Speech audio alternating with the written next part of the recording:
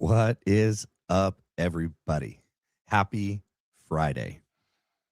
Thank God it's Friday. Honestly, what a week. What a day. I don't know if you guys have been paying attention online, whether that be on YouTube, excuse me, on YouTube or on X, but it's been crazy. All up until when Candace went live as well. I'm just trying to wait for this thing so I can clear it and make sure my monitor's good. All right, there we go. My undivided attention. Candace went max for sure. And some of the things were already covered by other creators as well, like Black Scout Survival. Zach Costello covered the New York Times article report detailing Trump calling Charlie Kirk on July 12th and pretty much adding to the pressure to shut up. Stop talking about Jeffy, dude. What's up with all this Jeffy stuff? Tell your friend Tucker to shut up. Stop talking about Jeffy. And what do you know? We got some clips to look at today. It's going to be a good show. I got a lot of things to look at. We're going to be looking at some things from Candace Owens today. We're also going to be looking at some things not from Candace Owens, some clips that I pulled up myself, clips of Trump and clips of Erica and clips of Charlie. And I think that is, and we're going to cover a piece from the Tyler Robinson hearing that happened today. Only really one thing to note that was kind of a bombshell. Even Andrea Burkhart herself couldn't control her reaction. And she is a lawyer, commentator. I don't know if she still practices. She might still practice, but like she's been on Gary Melton's show and also TPUSA's show. I don't see eye to eye with her, but I know some people do. But anyway, we're going to look at a piece from the Tyler Robinson trial. And yeah, it's going to be a really good show. So as you guys get in and get settled, please do me a favor and hit the like and subscribe. It is the best way that you can help support this channel, and I appreciate it every time you do so. Also, go ahead and make sure that you're subscribed to the channel. If you think you are, you may not be. Believe it or not, it happens. So whenever you have the time, you just click on that, make sure you're still subscribed, and make sure to click the bell and choose the notifications to all. It automatically will put you to personalized, which is pretty much nothing unless you personalize them, which I don't know anyone that does. That takes a lot of time. Plus, I don't bombard anyone. I don't do shorts. I only do like a post if I'm not going to go live and I'm like scheduled to go live. Really, you're only going to get one notification from me a day, and it's when I create the thumbnail and the link for the show that day. So you won't get a lot of needless notifications from me, okay? Well, let's freaking do this, ladies and gentlemen. And let's see who's here. We got Jim, Carrie, welcome to the show. Brandy, Graham, welcome to the show. TNT, what up? Elizabeth Hurley, what up? And all right. And Kindness is great. What up? All right, let's do this, y'all. We're going to start with Candace, the queen herself. All right, I'm just kind of taking this informal poll here in the chat, and a lot of people are saying yes, staged, yes, say staged, absolutely staged, but a lot of people also saying, I didn't think it was staged when it happened, and that's where I was. I don't know. I was totally captivated by it. I was saddened by it. I wanted Trump to win because of this assassination attempt, and I don't know where I sit right now, given this conversation that was started by Tucker Carlson yesterday. So let's just right at the top here show you the clip that went absolutely viral yesterday over on X. Tucker was joined by Mario Nawfal, and here is what he had to say regarding the first assassination attempt. I can't believe I'm saying the first assassination attempt of President Trump, which took place in Butler, Pennsylvania. Take a listen. About Butler, I know that Trump shut down the investigation into Butler. That is a fact. Dan Bongino told me that when he worked at the FBI. And Dan Bongino himself was terrified when I spoke to him in December.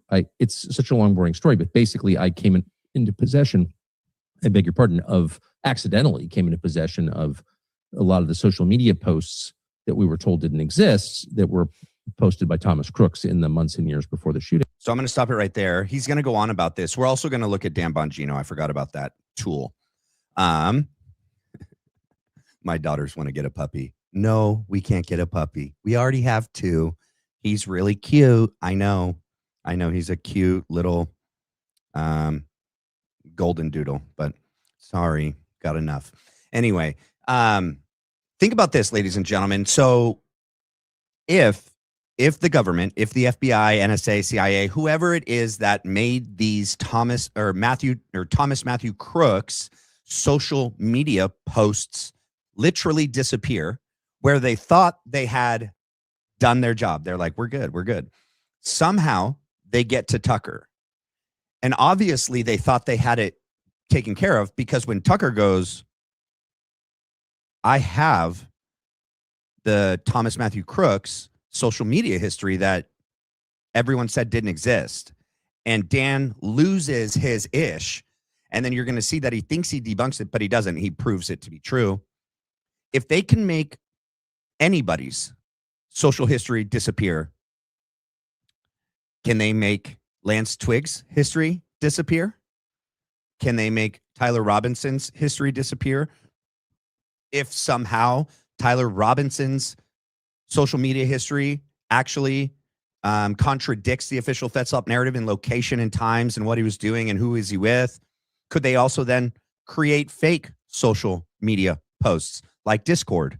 Yeah, well, we know that they can. And now we know for a fact that they did. And if they did it once, they do it again, especially if the same people that are implicated in the Matthew Thomas Crooks, botched, assassination attempt on President Trump, if the same people that, so here's the 2 possibilities that I think, right? Trump said in front of Charlie Kirk and Andrew Colvett, and we know Andrew Colvett's a mole for the Adelsons and for like the Rothschilds in Philly, right? Trump said, I'm going to take her money and then I'm going to screw her over.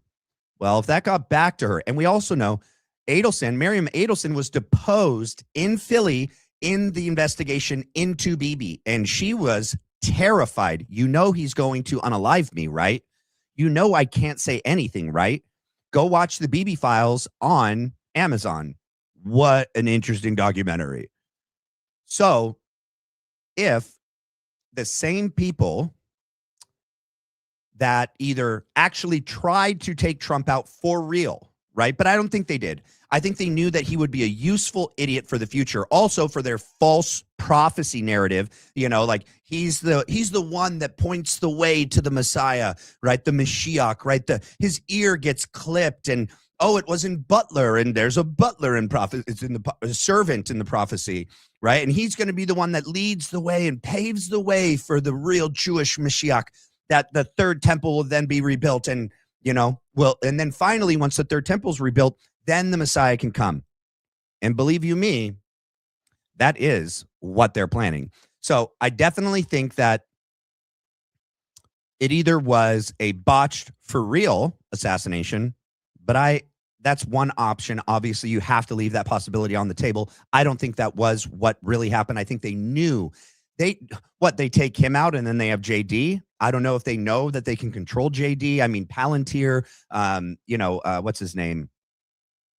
Peter Thiel obviously completely controls JD, and his JD Vance's whole political rise to the top, and Billy, whatever that book he wrote, all of that, all funded and controlled by Peter Thiel, who is, I don't know, fascinated with the Antichrist himself.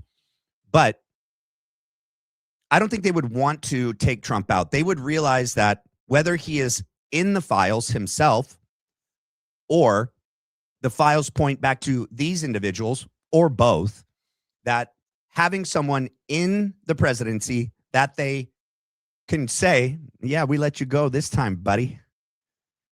Now you're ours. You're ours, and you're going to do what we say. Okay. So if whoever was involved in the botched or, op assassination attempt on Trump, who I think is everyone in Philly, got him to shut down the investigation, because there's no innocent explanation as to if this was a real assassination, why the person who was attempted to be assassinated would want to shut down the investigation to find out who wanted to unalive him. That just doesn't add up. Okay. So I'm really leaning towards more. It was a shot across the bow. We could take you out anytime we want, Mr. Orange Hair Face Dude. We can. Now you're ours. You're going to be our little puppet. But we'll make it a very nice deal for you. You'll come out being extremely wealthy. Yes, you are already wealthy. This is going to be a new level of wealth for you and your family.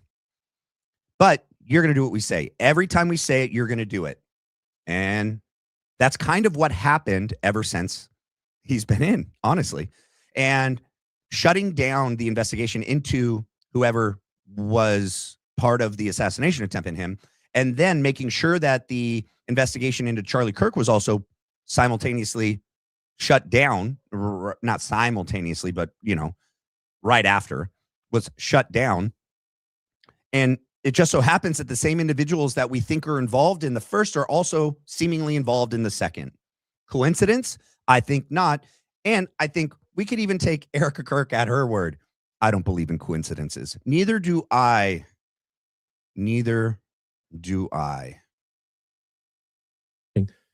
And I was amazed that the FBI had lied about this. So I called Kash Patel, and I later called Dan Bongino, and I says, what is this? I'm not attacking you. It was the previous FBI administration that did this. It was Chris Wray, but what is this?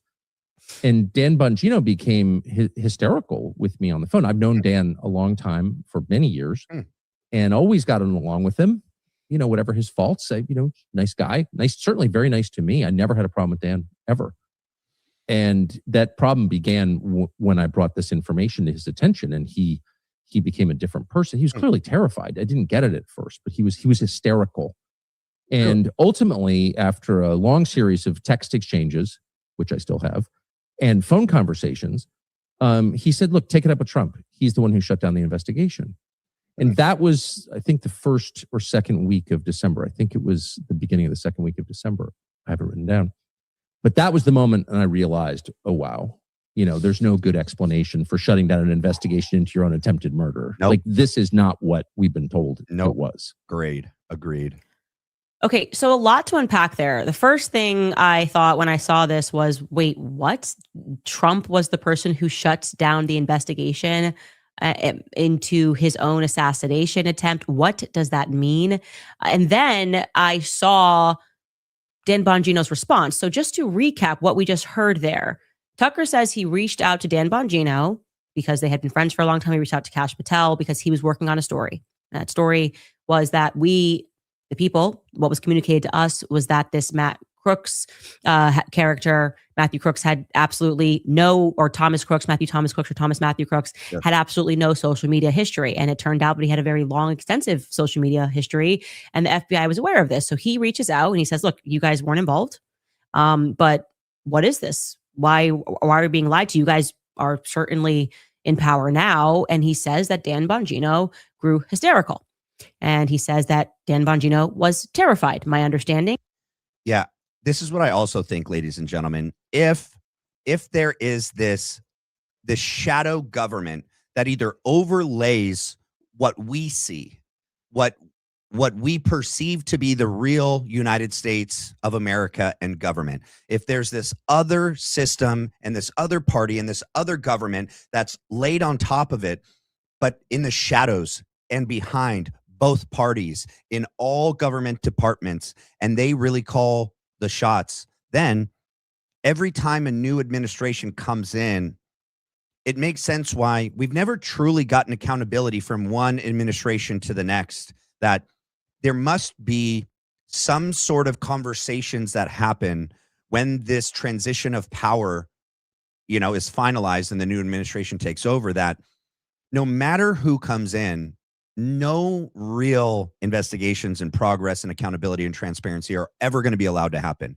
The system exists to keep the system in place, right? The government exists now, especially a tyrannical one. It exists to keep it in existence, okay? And that means they could never tattle on the previous administration fully, in part, but has anyone ever been fully really prosecuted and sent to prison? Little minions have, people within different governments, little lower, not totally lower. Like I know people in the first administration were, but that's almost like you go to the federal prison, you do your thing, and then you get out and you're like, you're good. You're going to be set for life. But real accountability in the sense that does the government that seemingly corrupt from one administration to the next, does it ever get changed? Does the corruption ever get weeded out? Do we ever see lasting and meaningful progress and change in our government for the betterment of the society, the nation, and the people? The answer is no. And so with each new individual that comes in, whether that be Pam Bondi, Kash Patel, Dan Bongino, there must be a conversation that's leveled in two different forms. Like, you play ball, we take care of you during and after. You don't play ball, we don't take care of you, and we take you out and we burn you and everything you've ever had and hold dear, right? Like, do what we tell you. You won't go to prison, you won't be unalived, and we'll take care of you. Don't play ball, and we throw the whole kitchen sink at you. So, and then these little individuals that swore up and down, like Kash Patel and Dan Bongino and Pam Bondi, the moment we get in, it's going to be like, chef's choice. It's going to be the best administration ever. And then it's just like the moment they get in, it's like, can you guys blink twice if you're alive? Like, are you being held hostage against your will? It seems like you were one way and now you're not. Something had to have happened. What was that? Especially after the Butler thing, right? If they get in there and then Trump tells them, my life is in danger, and that means everybody's lives in danger that's in this administration, because our job now is to make sure that there's no accountability, no transparency in the Epi files, in the Butler investigation. And we have to make sure that we're going to be pro-Philly more than ever, because the war drums were beating even then. You have to believe it. Bibi visited 7 times in the first year. They knew what was coming. They just couldn't postpone it long enough. Let's listen to Dan Bongino. Let's see what Danny Boy has to say. And I think any rational person's understanding of what he means is that this story, the Butler story, perhaps the Butler cover-up, whatever it is, terrified Dan Bongino and terrified Kash Patel. Totally believable. Just looking at Kash Patel, he constantly looks like he is in a state of terror. And this is how Dan Bongino chose to respond to Tucker saying that Dan was terrified. Take a listen. Oh, wait. Before, I just want to hit this on the nail on the head in the foreground. Tucker said Dan was terrified of the fact that Tucker was in possession of the social media history of Thomas Matthew Crooks. At no point ever in that entire interview with Mario Nawal, or Fawal, I forget his last name, but Mario. At no point in that interview did Tucker say Dan was afraid of Tucker. And this is a thing that they do, right? So like, we'll level an allegation. We will bring forth something and either, make a claim or an allegation or whatever. They seize a part of it, twist it, and like make a straw man out of it. And then they destroy that straw man and go like, we've friggin' destroyed you. Debunked. Bro, you're either slow or just completely dishonest, or both, which it's probably both, because it's Dan. It's freaking Dan. This guy's like a shell of a man. This is not a pretend tough guy act. I'm a 51-year-old man with decaying joints. Take glucosamine. I don't plan on fighting anyone in the UFC. There's no violence is never the answer to anything. I'm not interested in any of that. But I'm going to tell you straight, if you think I was terrified of Carlson, then I'm really sorry. Like, you need to take yourselves a Xanax and go find a doctor, right? Like, that's, of all the things, like, that's the most hilarious. However, accusing me and the president of a federal crime, obstructing justice, bizarrely, the president involved in... Hey, Dan, I got an idea. Sue Tucker for defamation. Sue Tucker for making this statement. If it's so outrageous and there's no merit and basis for the claim, sue him. Get Trump to sue him. You guys have enough lawyers on standby. Do it, man. Oh, wait, you won't, because he's got the social media history of Thomas Matthew Crooks. So just shut up. You're fluffing a bunch of air, hot air, doing nothing. Covering up the investigation into his own attempted murder is seriously one of the most delusional things I've ever seen. And the reason I'm really starting to believe, and I mean this sincerely, that Tucker's just dumb. I don't have any, is he doesn't realize, like, I have these texts too. You guys, we just were transported back to elementary school, and Dan Bongino goes, oh, yeah? Oh, yeah? Well, you're dumb. You're dumb. Good job, Dan. You did a good job, buddy. Okay? You did a good job, buddy. Well, quite a time to call Tucker dumb when you completely misunderstood the context of what he meant when he said you were terrified. Dan, I don't think Tucker wants to fight you. Tucker wears boat shoes. He gives me Martha Vineyard vibes. He's definitely wasn't saying he wanted to fight you. He's saying something scared you and something that you saw scared you. Let's cool it with the aggressive nature of wanting to beat up Tucker Carlson. Like, doesn't make you sound top 51. Oh, beat him up. Okay. Then on top of that, he completely misunderstands everything Tucker said. Yep. Tucker was very clear that he spoke with Dan in December. And Dan thinks that he has a gotcha. I'm going to prove that Tucker is stupid by showing an article that was published before him and Tucker spoke. He shows an article from November, which is completely irrelevant to everything that Tucker just said. Take a listen. He says that the president shut down the Butler investigation.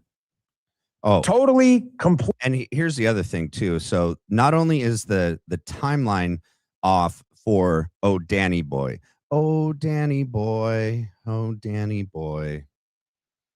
I don't know if you know how to count, but December is after November. And so, yep, if it was still open or pending in November, but Tucker said in December it was shut down, then, yep, that follows the timeline. Furthermore, Trump is going to use the government and the different, departments, be the FBI, DOJ, whatever, to do his bidding. It's not like he's going to go on the news and declare himself, right? Like, I'm shutting this down. He's going to talk to the people that are beneath him in his administration at the different department heads and tell them, kill this, throw this into a limbo state of pending for infinity. Do what I tell you to make this stop and go away. He's going to use the FBI and the DOJ to kill this, to make this run ashore, And so I don't know what he thought he was going to prove with this by using, this article. But even furthermore, like Candace says, it surely just proves that I think Dan's actually the one that's dumb. Or, yes, I think it's just that he's dumb. Completely 100% made up. But we did a full interview with Brooke Singman from Fox, which, to all the people who, by the way, think Tucker's for real, if you think I'm doctoring any of this, please go look this article up yourself. Oh, here's the other thing. Do we believe anything that comes out of Fox these days, guys? Has he not realized he made his whole image and his whole fortune? I don't know if he's got a fortune, but his whole deal is alternative news. He's on Rumble, owns most of Rumble, at least a lot of it. He's an alternative news source against Fox. Obviously now he's totally a shill. But before he became part of the administration, he was in opposition to these official mainstream media news outlets, right? They were not covering the truth. He was. And in fact, he was before he became part of this administration. But then to use the same fake news outlet as your evidence is just kind of stupid once again. But okay, so let's go ahead, use Fox. Use Fox as your source. Don't trust me, trust the evidence. Okay. Here it was, November 21st, even before Tucker says he spoke to me in December. Exclusive. FBI concludes Trump shooter crooks acted alone after unprecedented global investigation. Yep. Now, he says the investigation was shut down. Yep. Yet here it is on the record in November. In November. Again, the Tucker fans will apologize for him until the end of time. No. because they just can't give up the Kool-Aid. Oh, okay. Let me read this to you in case you're a Tucker fan who can't read. Oh. The case, that's the Crooks case, he says was shut down, currently sits in a pending inactive status. Yeah. Wait, keep this up. Andy, does that say the case is closed? It's not December. Andy's shaking his head. Jasmine, does that say that? November 21st. It does not. No. Yep. It says the opposite. This is before Tucker claims he talked to me. Yes. Yeah. Exactly. But the official, this is one of the investigators, called the investigation one of the largest mobilizations of FBI resources in history that continued to this day. But yeah, Dan, keep this up, we can guys. come out of this. Dan, it's Tucker because just Tucker made a spoke to you claim that after he that. So I if the investigation was open before he spoke to Tucker and Tucker says he spoke to you in December, everything you're saying doesn't make sense. But beyond that, his whole face, his demeanor, I agree. He's lying. I mean, Dan Bongino is just lying. That's how I'm reading him. He's not. They probably have some, Mossad agents or our own intel agencies just offset, right? Like holding the cue cards, pointing to each line with a gun. Like, you say it now, pointing the gun at him. You say it, read this, you say it. Yeah. It's like a ransom video. Watching Dan. It's a crash. You can't look away. Making any sense. He wants to fight. It's aggressive. And Tucker made a statement that he had multiple conversations with him. Dan appeared terrified. Tucker said it was both on the phone and via text. Yeah. And he conveyed to him that it was the president who didn't want information to come out. Yes. And then Dan proves Tucker's point by showing a text message in which Dan instructs to Tucker that if you want more information about Butler, then you need to ask Trump to tell us to release it. Meaning Correct. that there was more information about Butler that Trump did not want released. Take a listen to Dan Bongino pull the Paramount not so tactical. Yeah. Take a listen. Here's the other text where I actually go on to further make the case next to him. He said, I hoped you had the chance, Tucker said, to see the piece on crooks. We received some information and are planning. Have any of you guys seen Tucker's documentary on the Butler assassination? I need to go back and watch it. There was a lot going on. I was in Texas when it all happened. We had just moved across the country and started a new job and was getting settled in a new state. And I'm behind on that. I need to go back. I wonder how many cross, connections there are with similarities with the Charlie Kirk assassination. It would probably behoove me to investigate that a little bit further and shine light on some things that we've experienced with the Charlie Kirk investigation and the assassination. But I don't know if you guys have seen it and you guys could tell me like it was really good. Yeah, Renita, Dan is gay. This is true. Yes. Renita is our community comedian. We have many, but she takes the cake. All right, let's continue to listen to Dan out himself and prove Tucker's claims. Of detailed follow-up. Is there someone I can talk to at the FBI before we do? Thanks. I said, I saw it. And that you seem to believe that Cash and I, who are longtime personal friends with the president, are involved in some sinister cover-up is absurd. Oh, because you said so. I thought he said we were covering it up. Yet in my text, leave this up, guys. I'm saying the exact opposite, Justin. Am I not? Wait, why is he using it's like he's using his own words of where he previously, all he said, it's not proof. He's like, you're insinuating that we're a part of a cover-up. We're not. That's not proof, Dan. That's just you saying you're not. What are you doing?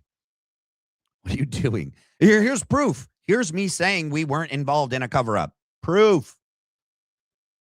Danny boy. Huh? It's almost like he's bullshitting you again. Yeah. Is the president in on it too, I asked? He's one of the victims.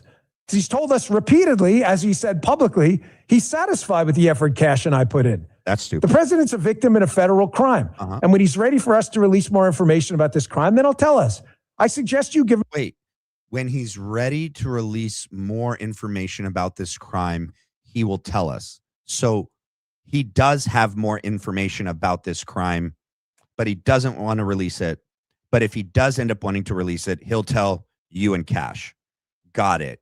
Check Tucker Carlson. Okay. Him a ring and tell him you want more. Let me know what he says. He's a member of the media. People call him all the time.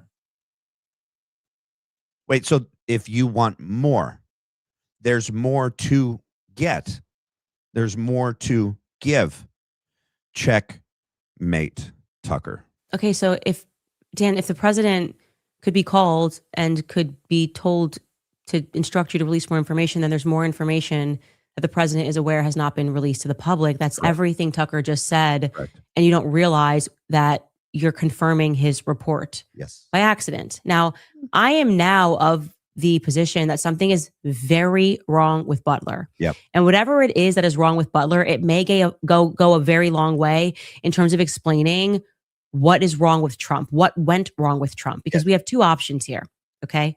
If you almost get assassinated and you do not fire the Secret Service agents that failed to protect you on that day, they moved you off the stage, but certainly failed to protect you on that day, and see somebody on the rooftop. And then beyond that, you determine that you are satisfied with the investigation and you allow lies to come out about the investigation or Correct. Where have we seen that exact same scenario? Let's think. We don't have to think very hard. Erica Kirk didn't fire Dan Flood. In fact, Dan Flood got a promotion and a raise and is still working there. Also, she doesn't want us to investigate anything, and she's totally fine with the investigation as it is today. Huh. Same. Okay. I wonder if there's more same. lies to remain about the investigation, saying that the person who allegedly fired the shots had no social media background. Oh, like Tyler. And then you withhold information from the public. Oh. We only have two options to consider. The first thing is that the entire thing was staged and Trump was involved. Trump knew it was going to happen, and he allowed the entire assassination attempt to take place, thereby thrusting him into this category where all of us went, oh, there must have been a reason that God saved him. Well, that's definitely what they're saying in Philly, right? He is the one that points the way to the Messiah, right? Inclined to believe that option. Okay. The second option is that it was a real assassination attempt. It actually had nothing to do with the person that it was blamed on. And Trump did escape with his life, and it was a warning. Yes. Do not ever do whatever it is, like a gangster sort of warning. And I am inclined to believe that that is what happened. This would completely transform Trump. It would make him obey. It's like a gangster. Yes. Basically, you take money from a gangster, you take hundreds of millions of dollars from a gangster, they fire a warning shot, maybe because, you willy-nilly said in front of Charlie Kirk and Andrew Colvett that you were going to take somebody's money and then F them over, not knowing that information got back to some. By Andrew Colvett. Remember, we know the connections from Andrew back to the Adelsons, like directly to Miriam. So it's not even a stretch to realize, like, oh, that probably got like right back to her, like immediately. And imagine if you're Andrew and you know that like Trump's power is limited and it's limited in time, right? For the 4 years that he's in office, but it's limited in scope as well. But then you know that Miriam and Bibi and Philly, it seems that their power and influence really knows no limits in time or scope. They kind of rule the world. It's nuts. Yeah, that's who you would go to. You're like, how would this benefit me the most? Not to mention, Charlie just turned down Bibi, and Bibi's pissed. And I know Bibi and Adelsons are like this, and I just lost millions of dollars because of Charlie. I can bring this to them now, and I will be the golden goose. They will love me. I wonder how much this information's worth. Maybe I could break even. Maybe I can undo that tremendous loss that I just incurred because Charlie had a conscience. Freaking Charlie and his conscience. Oh, what an inconvenience for Andrew Colvett. Renita sent the clip to the mods to play for Danny Boy. Okay. Wait, what? You got to send it to me. You got to email it to me. Is that what you mean you did? I will look, but let me continue here and then I'll look while this is playing. Thank you, Renita. people and you escaped with your life. And after that, you just did whatever these people said. I'm just Okay. Are we saying, yeah, I agree. If it's in context, let's see. We'll go here now. Hold on. Sure. Yes, there we go. Are you gay? Who says I'm gay? You are gay. Why are you gay? Renita for Daddy Boy. Okay. Oh my gosh, you guys kill. thinking here because I believe Tucker is telling the truth. I do too. And Dan's entire face and demeanor and panic and yelling and threatening to fight signals to me that Tucker is telling the truth. Hands that down. Tucker told him on the phone Hands down. that it was Trump himself that shut down this investigation. Yep. Okay. That is what is being reflected to me in the worst poker face that I've ever seen in Dan Bongino. He can't even think rationally. He's just angry and wants to fight because he's been exposed. Okay. Yep. If that version of events is true, if Trump survived an assassination attempt and then the gangsters came to him and said, you do whatever we say now, well, that could bring us to a sort of logical explanation as to Trump's behavior thereafter, because I believe that Trump betrayed Charlie Kirk Yes. by a similar lack of investigation Yes. into who killed Charlie Kirk. He betrayed himself and he betrayed Charlie Kirk. And if the same people were involved in both, which I think there is an indication, I think many of us suspect that the same people could be involved in both, then you could see how easily that might keep Trump in line, because I think Trump is very vain. And even though he is old, he is not trying to be a hero. Nope. And his option is, we'll keep you alive and we'll make you Super wealthy. so rich. Yep. And your family so rich, and you'll have land and you'll have your name on buildings forever. Trump's taking that option. Yeah, Ivanka and Jared can get the 40-hectare island in Albania. It's beautiful. I just floated to the top barefoot. I didn't walk. I just floated to the top barefoot. Yes. Right? He would rather take, I'll be alive for a couple of more years and very wealthy, Yep. rather than to sacrifice his life doing the right thing. Him and Charlie had different character. Yep. Which brings us to a rather explosive piece that was published in the New York Times yesterday. This was also trending. This is inside the White House freakout over the... And I'm going to preface this a bit. Okay. All right. So where is the part where Charlie Kirk enters the story? Well, here, I'll read this, right? According to the Haberman-Swan reporting, the White House held multiple internal meetings during the summer of 2025 concerning the political fallout from the Epstein files controversy. Vice President J.D. Vance, supposedly, I don't believe it, argued for greater transparency, but lost, I guess, and warned that controversy was becoming politically damaging. No, that's just a narrative so that he can look good with the MAGA base in 2028. I fought so hard for transparency, but I failed. But I was your champion in that administration. But as long as you elect me president, then I can really do it. As vice, my hands are tied. I can say what I want, but they don't listen to me. I'm like sitting at the child table during Thanksgiving, right? Like no one's paying attention to me over there. That's JD. That's his argument. So in 2028, he could then promise the world and deliver nothing, right? It's because I was vice. Make me president and I'll do it all, right?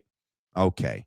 One proposal discussed was having Tucker Carlson interview Ghislaine Maxwell in prison in an effort to address allegations involving Trump. So I thought this was a recent thing when it was told to me yesterday that they asked him recently to do this. This makes sense that it would have happened back then in July. And most likely Tucker said, nah, I'm good. The reporting describes significant internal concerns, disagreement, and crisis management efforts. My eyelash is in the way. Crisis management efforts within the administration regarding Epstein related. I just said his name. Holy smokes, I'm reading. Epi related fallout. All right. But here's the part that's really important. The reporting and follow-up coverage indicate for how it relates to Charlie Kirk and where he enters the story. Charlie Kirk was one of the most influential MAGA figures continuing to discuss the Epi files after the DOJ memo that said there was no incriminating client list. And at the July 2025 2025 Student Action Summit, attendees repeatedly raised concerns about Jeffy Epstein, and the Jeffy Epstein files. And Kirk publicly warned that the issue is damaging enthusiasm among young Trump supporters. The New Republic summary of the Herbermann Swan report states that Trump became frustrated with Kirk because Turning Point figures continued discussing Jeffy Epstein despite White House efforts to move the issue from the front page. Now, where it gets really interesting is, so the exact date as July 10th or July 12th from the publicly available excerpts is when the call occurred, okay, regarding Jeffy Epstein controversy. And it was connected to dissatisfaction over continued discussion of the files. This is the Trump-Charlie Kirk phone call. And it coincided with the period surrounding the Student Action Summit in Tampa, where Jeffy Epstein became a dominant issue among attendees. And yeah, and obviously this resonated with MAGA grassroots. This is what we wanted. We wanted accountability. Discussions at the Student Action Summit continued coverage by influential conservative voices, such as Charlie Kirk, Candace Owens, Megyn Kelly, Tucker Carlson. An internal White House brainstorming that included a proposal to involve Tucker Carlson to interview Ghislaine. Okay, now let's hop over here. Let me make sure it's on the screen. Nope, that's my face. All right, ready? Let me back this up a bit. All we said was that we talked about it a lot over the weekend, and we're going to focus on other stories. And we talked about it a lot at the Student Action Summit, and your voices were heard. Our voices were heard. So this is what I said yesterday. Plenty was said this last weekend at our event about Epstein. Honestly, I'm done about talking about Epstein for the time being. Nobody, not a single news outlet said for the time being. They did not include that second part of the sentence. I'm going to trust my friends at the administration. True. I'm going to trust Kash Patel, Dan Bongino, JD Vance. It's their ball. It's their possession. I'm going to trust my friends in the government to do what needs to be done. I've said plenty this weekend, and the ball is in their hands. Also, can you guys tell me if this is how Charlie looked at that Aspen video? Look at how like thin his face is, the color and complexion of his skin. This is Charlie at UVU. This is Charlie in July, August, September. The Charlie Kirk that's on that Aspen video is different. His skin is lighter. His face is a little bit more plump. It doesn't look like Charlie looked in the summer and fall of 2025. And that's why I always had issue with that being at the Aspen retreat. And it might be, but I think that then points to somehow it being altered in some way. And I think we can at least conclude that the one that they posted over the weekend with their, clip of him, appointing Erica, that for sure seems to be altered and edited and AI enhanced, in my opinion. So if you guys want to see my commentary on it, that's fine. We have escalatory action being taken in Ukraine and Russia. We have tons of announcements happening when it comes to NATO. But let me say this again. You know my opinion about Epstein, the messaging fumble. I would love to see this again. No one covered the second part of the statement. No one covered it. This thing has like 10 million views on social media. And unfortunately, too many people on our side fell for this garbage. And I get it, heightened. And by the way, part of this is I'm going to have some compassion. This is a very hot moment. Yeah. Very hot. And let me be clear. I'm not trusting the government. I'm trusting individuals that you too also trust. You guys are all fans of Dan Bongino and Kash Patel. We are trusting that they heard you, they heard me, and they are working to fix this. Let me finish this. But let me say this again. I would love to see the DOJ move to unseal the grand jury testimony. We're going to talk about that with a guest later this show. I think this would be a big win, and I would love to see that. I'm going to trust my friends, Kash Patel, Dan Bongino, my friend Pam Bondi, all these guys. I'm going to trust them to solve it. Ball is in their court. I think there was, let's say, a lot of speeches that were directed towards this topic. That's it. And by the way, today we're going to cover it for nearly a full hour. But the media went out of its way. Let's just put 323 up there on screen again. All of these articles, so they won't cover the essence or the story of the Epstein story, but they'll... Yes, they twist it. They twist it. Of course. All right, let's hop back here. The Epstein files. Now, I am not a normal consumer of the New York Times. Obviously, I don't really read much of the media anymore because of how many lies have been told. But this piece, it was very obvious that it was well sourced. Yeah. And I'll get into my opinion, which is that Dan Bongino was one of the sources, and I'll tell you why. And I even paid for a 4-week membership to the New York Times because it won't let you see the article. Like, you can Google it and pull it up, but then to actually see the full article, which is pretty long, and that's why that's what I was kind of reading from, broken down bullet points from that article. It does seem to be extremely well sourced and vetted and factual. Yeah. Don't make me say that again about the New York Times. I think that in a bit. But revealed in this piece, there was a relevant portion about Charlie Kirk. In summation, it's about how Trump really did not want the Epstein files to be investigated. Yep. Now, there are two takes on this. Some people think that it is because he is in them. I don't doubt that Trump had some sort of a business relationship with Epstein. It makes perfect sense to me when you understand Epstein's business model, right? What did Epstein do? He was involved in a trafficking ring. He trafficked weapons. He trafficked people. He did it on behalf of the state of Israel. We have another Israel theme. Charlie Kirk, I'm turning away from Israel. Donald Trump, I'm going to screw over Miriam Adelson. Shortly thereafter, an assassination attempt happens. Whoa. Okay. And now we have Trump in a full panic at the White House over the Epstein files and him having to do anything to shut down that investigation.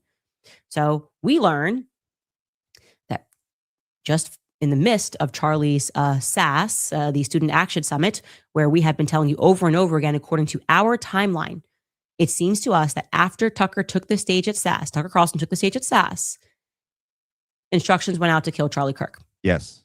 That's just what the timeline tells us. Like, if we're just looking at it like a story, things got weird after Tucker hit the stage. We have said this from the very beginning since we mapped out this timeline. Well, it turns I'll let her finish the sentence. Hold on. out Tucker spoke on July 11th, and on July 12th, Charlie received a phone call from the president. Here's what the New York Times article tells us. It reads, quote, on July 12th, the president took to Truth Social to defend Pam Bondi against criticism and to urge his boys and gals to stop wasting time and energy on Jeffrey Epstein, somebody that nobody cares about. Trump told aides that he was very unhappy with some of his most influential supporters, including Charlie Kirk, Tucker Carlson, and Megyn Kelly, all of whom were publicly urging the administration to come clean. Yep. Kirk had held a Turning Point USA event the previous day that turned into an Epstein grievance fest, with one speaker after another bashing Bondi over her handling of the situation. Trump had called Kirk and scolded him. Okay. Scolded him. All right, let me go here. 1511. Where's 1511? Man, I can't see it. We'll go here.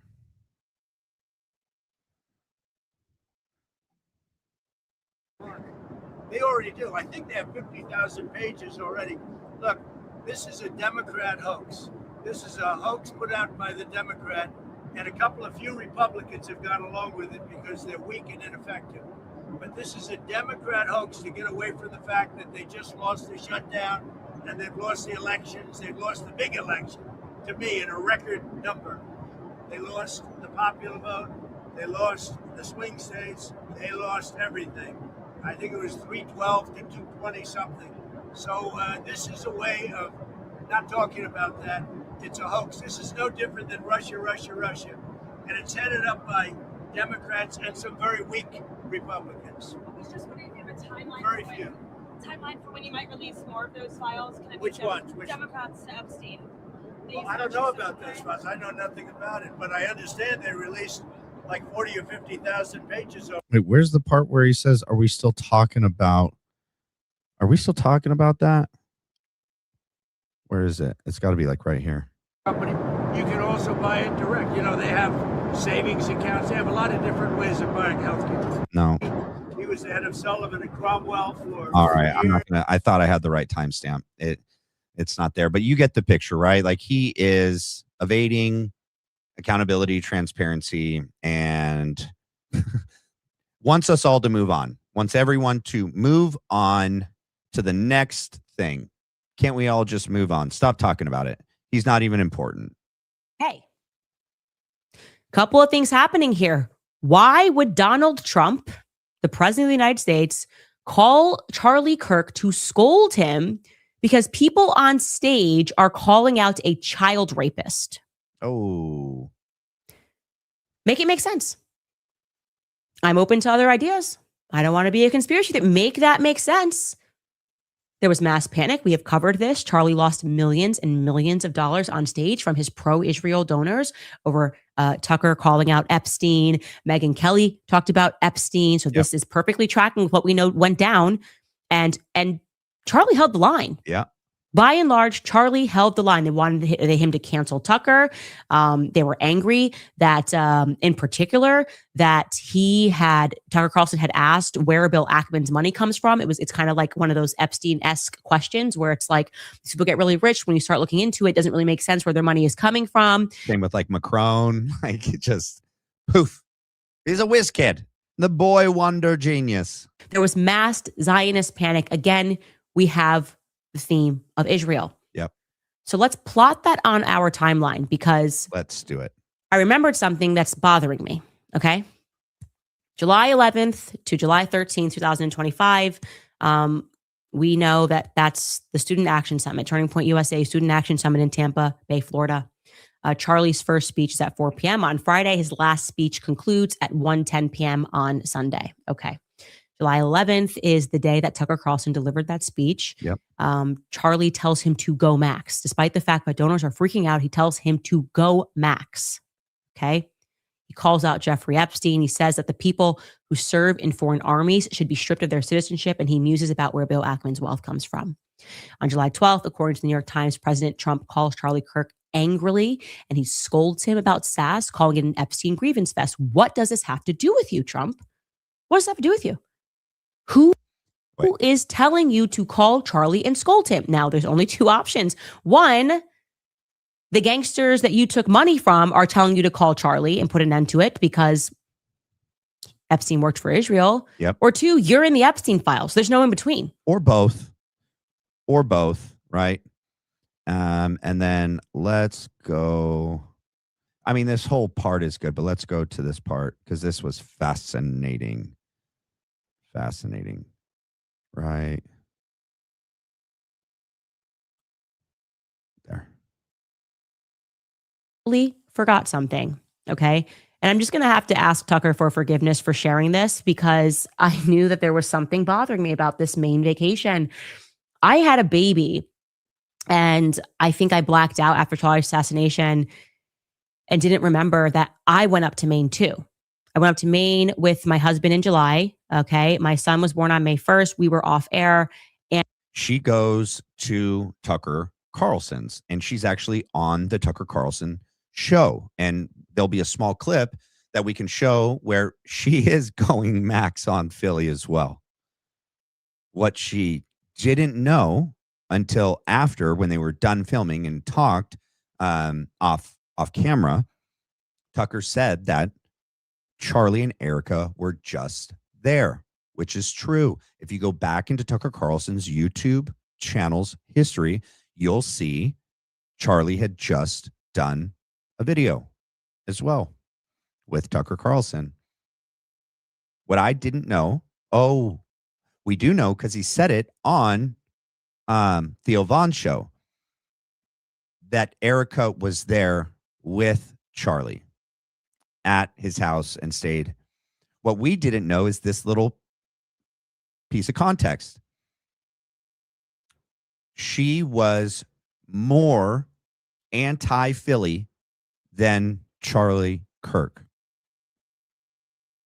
And that gave Candace initially, in the aftermath of the assassination, I don't know, peace, confidence that maybe the people that Candace believes might be involved in Charlie Kirk's assassination Erica is anti those people and will actually investigate whoever it is, regardless of who they are and where they're from. And however, no, she then turns and flips the scripts completely. And I agree that only a psychopath could and would do that and behave like that, especially with her husband just being assassinated, right? Yeah. Let's continue. And then the first thing I did was I went with my newborn, Roman, and my husband up to Maine to do Tucker's show. And I did an interview, and I genuinely forgot about this. Like I genuinely forgot about this. And we went in on the topic of Israel. I'm just going to show you a little 10-second clip here so you can get an idea of what I'm talking about. Since the 80s, Jeffrey Epstein has been working for Israel. Yep. I don't know. The answer is no. Trump is powerless against him. We haven't had, I don't think we've been a sovereign nation since they shot JFK. Yes. And when I say they, it's like people online say, what do you mean by they? I'm talking about Israel. I don't want you guys to read in between. I'm talking about Israel. So let's stop making that a taboo subject because they've gone mask down. Everything they're doing is demonic. I want nothing to do with it. I will never support Israel into the future after what they've done to these children. The starvation campaign. I don't care. Yep.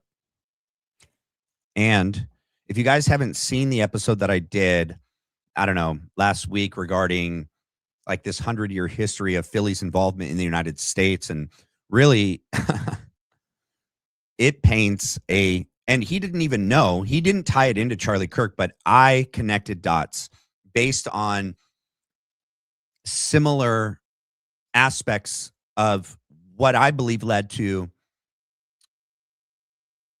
JFK's assassination, among like many, many other things, but him pushing back against Philly and the Rothschilds, honestly. And that is one very, very high individual that was implicated in these files. Nathaniel Rothschild. Okay. So if you haven't seen that episode, I recommend going back, not right now, but at a later time, and watching and listening to that. But I agree with her. We're not going to get transparency on anything, JFK, Butler, Charlie Kirk, until we rid ourselves of this plague that is Philly and their stranglehold over our country and our government and, our politicians and everything. As long as they're here, they're never going to release anything because it points back to them. Okay. They're going to totally, self-preservation. So that is where we need to start. And I'm glad there's certain individuals like Candace and Tucker and somewhat Megan that are at least pointing that direction. Let's continue. I promise you, I forgot that. I forgot that I had this. I forgot that I went up to Maine until I was looking at this Erica speech. And I was like, I know what is bothering me about this speech. What's bothering me about this speech is that when I got off air with Tucker, obviously you just have chatter, like just chatter in the air, like about everything you just discussed and what's happening and everything we said there. We're talking about Epstein. And Tucker said to me, and I'm obviously, I'm not going to get this verbatim, but he was like, yeah, he talked about a SAS speech and he just said they're like, taking money from Charlie because of this whole speech. And I was like, yeah, Charlie's kind of coming over to our side. He's really had an awakening about this. It's crazy that I forgot this, but it's the second part of what he said to me. He said, I just had dinner with him and Erica. They were just here. I think he said like last night. I kid you not. They were just there in Maine having dinner with Tucker. I remember this. I am 1000% certain. Days within me, it was like Charlie was there and then I was there.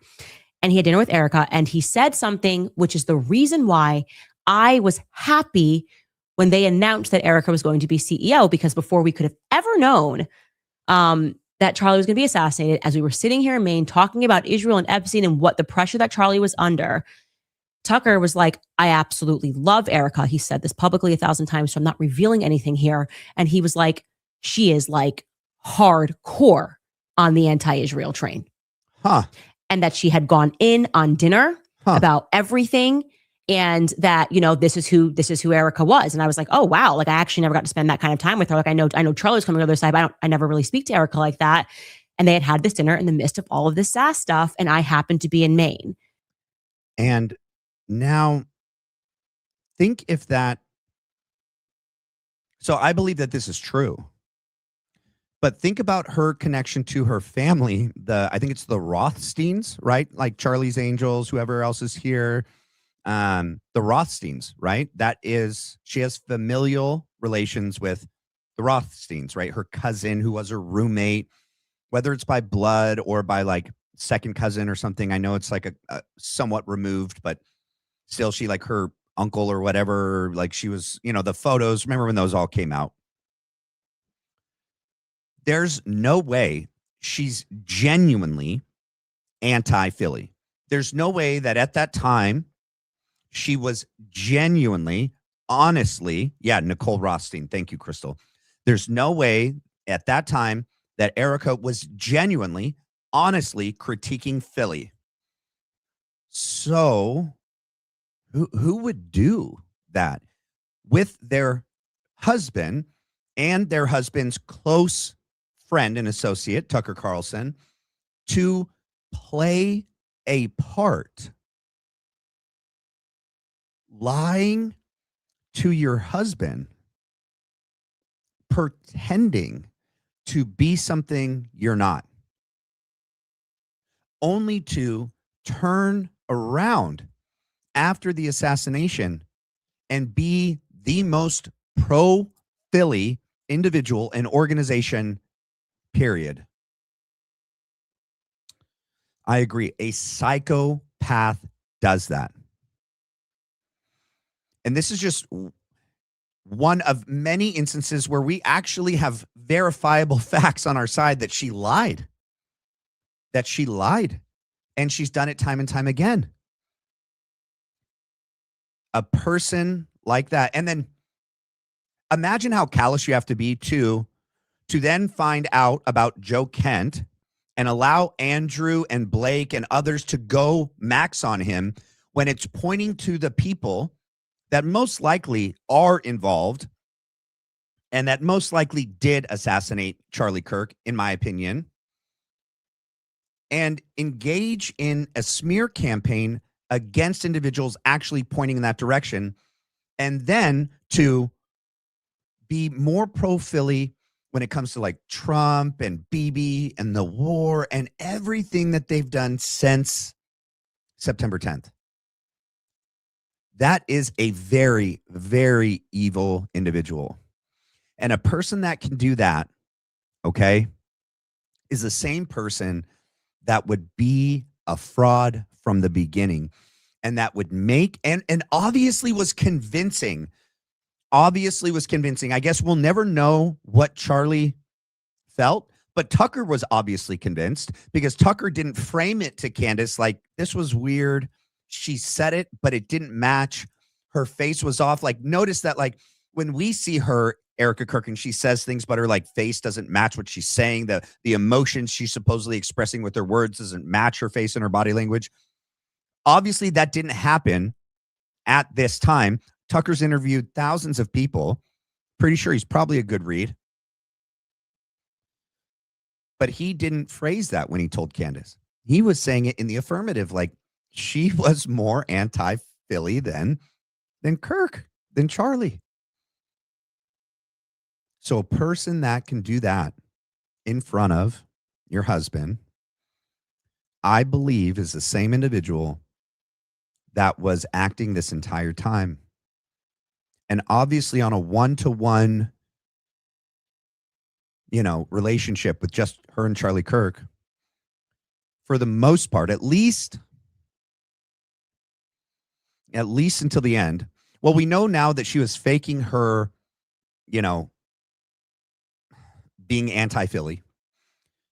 But I think that when it got towards the end, speaking specifically on September 9th, that night, because I don't think everything that she said about that night is true. I think it's all a lie. And it all serves to distract, deflect, and cover up what actually happened that night. I think after that Zoom call, there was a pretty significant argument that at the end of, it seems that Charlie probably finally realized that his marriage was over. I can't see it any other way why he would choose not to sleep next to her. Why he would walk right past her to get the necklace and the ring, not even just give her a gentle kiss on the forehead or anything or say goodbye, I love you. Especially if, which we know is true, he did send a text out that night. I think they are going to unalive me. If he felt that she was still going to be his wife moving forward, he would have kissed her and said, I love you. If he felt that that might be the last time he sees her, but he grabs his ring and his necklace and leaves and doesn't say goodbye. And we know that, at least we might know that. I mean, it's still that retelling of events is coming from Erica. So who knows, but at least from what she said, this is what I think happened. And he left. And previously, when she asked if he wanted her to go, he said, no, you stay home. And keep that in mind that the same individual said this. Hold on.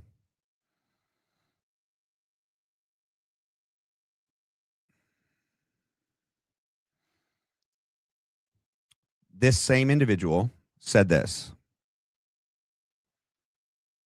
But I want to preface, we're not awkward. We're not like weird. Cringy. We're not cringe. We're not going to be tweeting as if it's him. That's tone Okay, but they have. deaf and really disturbing. And anyone who does that's like morbidly off. You. But I want to preface, we're not awkward. We're not. So we know that they are posting for Charlie. And they're liking and retweeting things of Andrew Colvett and TPUSA as if like I said the other night, and like Kay Luck and, Breaking the Echo Chamber is got this petition online for you to sign. I posted it last night to sign to preserve Charlie Kirk's archive and legacy. Because that is what Erica should have done. Okay. Hands down. They shouldn't have added anything new. Like everything that was Charlie Kirk and had Charlie Kirk's name, his likeness, everything should have been with him from when he started to when he ended. And they should have kept that as like a living memorial and testament to Charlie Kirk, his life, his work, his legacy. And they could have let it stand alone and speak for itself. They wouldn't have had to rename that show. That show would always be the Charlie Kirk Show. It'd be like when they retire an athlete's number. They would retire the show and they would just use everything going forward, with Blake and Andrew, but give it a new name. And they didn't do that. And they've systematically taken things down, edited things out, deleted things time and time again, used, altered, edited, AI-enhanced versions of multiple different clips of Charlie to make Charlie say things that he never said. In my opinion, that's what I believe. Not only that, they're using Charlie Kirk's channels, handles, social medias to promote and to boost Andrew Colvett. I did a post on X and I'll read it to you guys because it's nuts. Let's see. Oh, and Olivia found this. Let's see.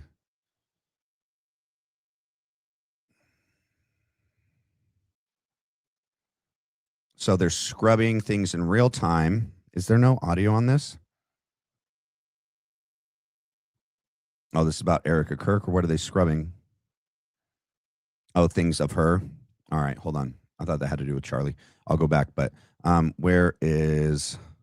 So here is the petition that you can sign on change.org that Kay Luck, Breaking the Echo Chamber, did. And you just, if you don't know anywhere else to find it, you can either, type it in, or you can go to my the Black Line Brief X account, click on this, and then sign it. Okay.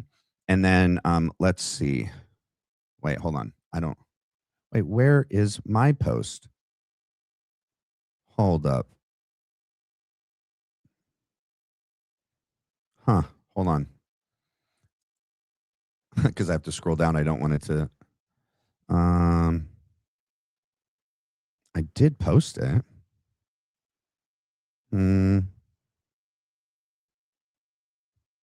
Hold up. Okay, that's from yesterday, isn't it? No, maybe it's further down. The meltdown. Wait, what?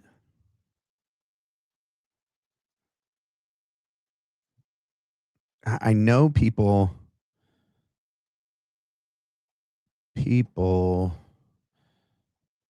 Okay. Why isn't this on my thing, though? That's so weird. I'll have to find, why isn't it on my actual profile page? That's strange. All right. I'll find it later, but here, I'll find out why it's not there. But so I posted this, right? Andrew Colvett and Erica Kirk, Andrew Colvett, Erica Kirk, Blake Neff, and TPUSA leadership need to answer some serious questions. When Erica Kirk first appeared on the Charlie Kirk show, that's the clip I just shared, right? After taking over as CEO, she stated that TPUSA would be taking over Charlie Kirk's social media accounts, but that it would be done in a tasteful and respectful manner, and that they would not be making Charlie say things that he wouldn't have said himself. If that commitment was genuine, then supporters deserve answers to the following questions. And I understand that Andrew Colvett owns part of the Charlie Kirk show and Real America's Voice. Okay, but that's that company. Okay. And he probably has the right to do it, but should he do it is the question. He should not use Charlie Kirk's name, legacy, hard work, and the social media following that Charlie Kirk earned and created and developed over the years to now boost his own personal social media accounts, which is what he's doing. So number one is why is Andrew Colvett live streaming content from the Charlie Kirk show on Real America's Voice directly to his personal social media accounts, like this one, Andrew Colvett on X? If this content belongs to Charlie Kirk's brand, which it does, TPUSA and Real America's Voice, why is it simultaneously being used to grow Andrew Colvett's personal audience and influence? Obviously, I know there's a component that Andrew owns half. However, it's still named the same thing. It's all the same. And all the following and everyone that's there that supported Charlie Kirk is now being forced to, be rerouted to Andrew Colvett, right? Number two, why are Charlie Kirk's social media accounts interacting with, liking, promoting, and amplifying Andrew Colvett's personal content? That's what they're doing. That's what they said they wouldn't do, and that's what they're doing now. Wasn't the stated purpose of taking over Charlie's accounts to preserve his legacy, not to build the personal brand of TPUSA staff members like Andrew Colvett? So, yeah, why is Andrew Colvett linking his personal social media accounts directly to the Charlie Kirk show and A Real America's Voice content? Why are Charlie Kirk's platforms and audience being used to redirect traffic towards Andrew Colvett's personal accounts? Erica Kirk specifically told supporters that Charlie's accounts would be managed respectfully and that they would not be used to put words in his mouth, which they've done time and time again. So I have a simple question for Erica Kirk and Andrew Colvett. How does using Charlie Kirk's social media presence, his audience, his reputation, and his platforms to accelerate Andrew Colvett's personal social media growth honor that commitment? Newsflash, it doesn't. Many people spent years, me in particular, following Charlie, not Andrew Colvett. The public can see the cross promotion. The public can see the account interactions, and the public can see the direct links between Charlie Kirk show content and now Andrew Colvett's personal accounts. So the question remains, Is Andrew Colvette's social media growth occurring organically? No. Or is Charlie Kirk's legacy, audience, and digital footprint being leveraged to artificially accelerate Andrew Colvette's reach, influence, and public profile? Yes, it is. Supporters, donors, viewers, and conservative movement deserve transparency. Yeah, we do. Will we get it? Probably not. Not as long as Erica Kirk and Andrew Colvette are there. And when I look at that and I plot that on the timeline, it convinces me that Erica is a psychopath. Yep. Genuinely convinces me that Erica's a psychopath because, and please, Tucker, forgive me. I had to share that. I know you like her. I know you're a fan of Erica. I know we have different opinions and different perspectives, but this doesn't make sense. No. This does not make sense that Erica gets on stage and is pro-Israel, blinks and is at dinner and is anti-Israel, more anti-Israel than Tucker. I mean, than Charlie, as we're talking about all this Epstein stuff and Charlie's under pressure. And then as soon as Charlie passes away, she's up on stage with Barry Weiss saying anybody who doesn't support Israel has brain rot. That's a psychopath. That is somebody. Yeah, I forgot. That's right. She goes on, Barry Weiss, who is so pro-Philly, is Philly herself. Charlie would never have gone on with Barry Weiss, okay? And she doubles down on this whole, anyone that's anti-Semitic is brain rot. Well, remember, okay, like true anti-Semitism, sure, got it. But they've been using that as a catch-all term for anyone that criticizes Zionism and the country of Philadelphia and Bibi and the people in control. We know that because they were doing that against Charlie and Meghan and Candace and Tucker and more. So for her to get up there and use the term that was used against her husband just after the assassination and say that anyone that engages in this, when she knows the term is used falsely, and says that these individuals have brain rot, is just evil. Yeah. It's just evil, dude. And people like Dana Loesch, in my opinion, straight up from the pit, from the fiery pit herself. In my opinion, this is my opinion, okay? Don't come after me, Dana. I know you like to make threats on your show, but this is just my opinion. But I think it's pretty close to reality. I'm pretty grounded in reality. I got 2 feet firmly planted on the ground, barefoot, in touch with reality. People like Graham Allen, people like Ben Shapiro, people like Gary Melton, Lisa Doesn't Know Ish. And who else did we leave out? Well, the list goes on. And all these individuals are on Erica's side. And they must know all the same facts that Candace has just laid out, and Tucker and others. Meghan has, said her piece, not about the Tyler Robinson part, but about the Philly part. And if all these individuals know the same information that we know, and they keep defending her and Andrew and Blake and TPUSA and say that they're doing it in a way to respect and honor Charlie, how evil is that, though? Like, that's just, yeah. I don't know. Maybe I need a thesaurus. You guys can ship one to me. Evil's the word that comes to mind.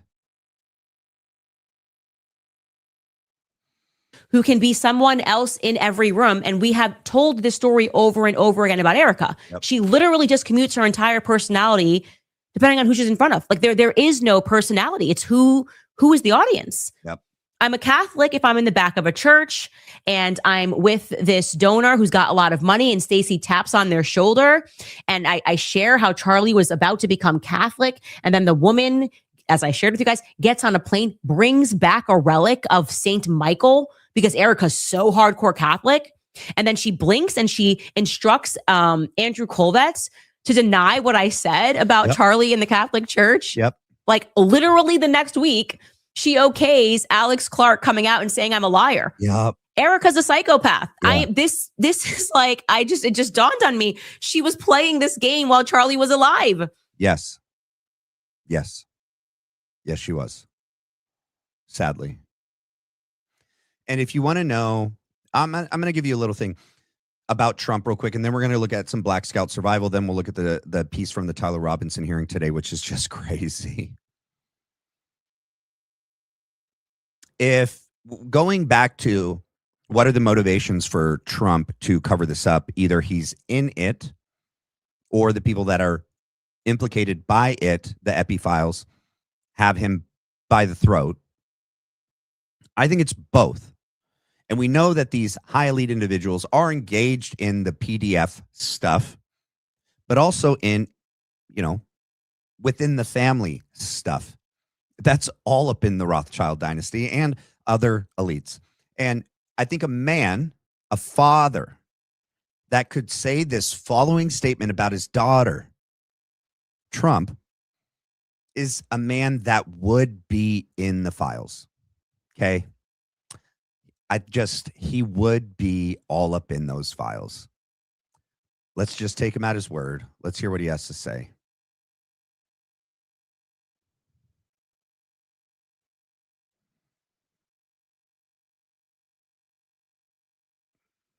If Ivanka weren't my daughter, perhaps I'd be dating her. You know? Stop it. Oh, it's so weird. Stop. You know what? You are sick. Yeah. Terrible. Yeah. Well, you're known for saying outrageous things, Mr. Trump. Who are you, Woody Allen?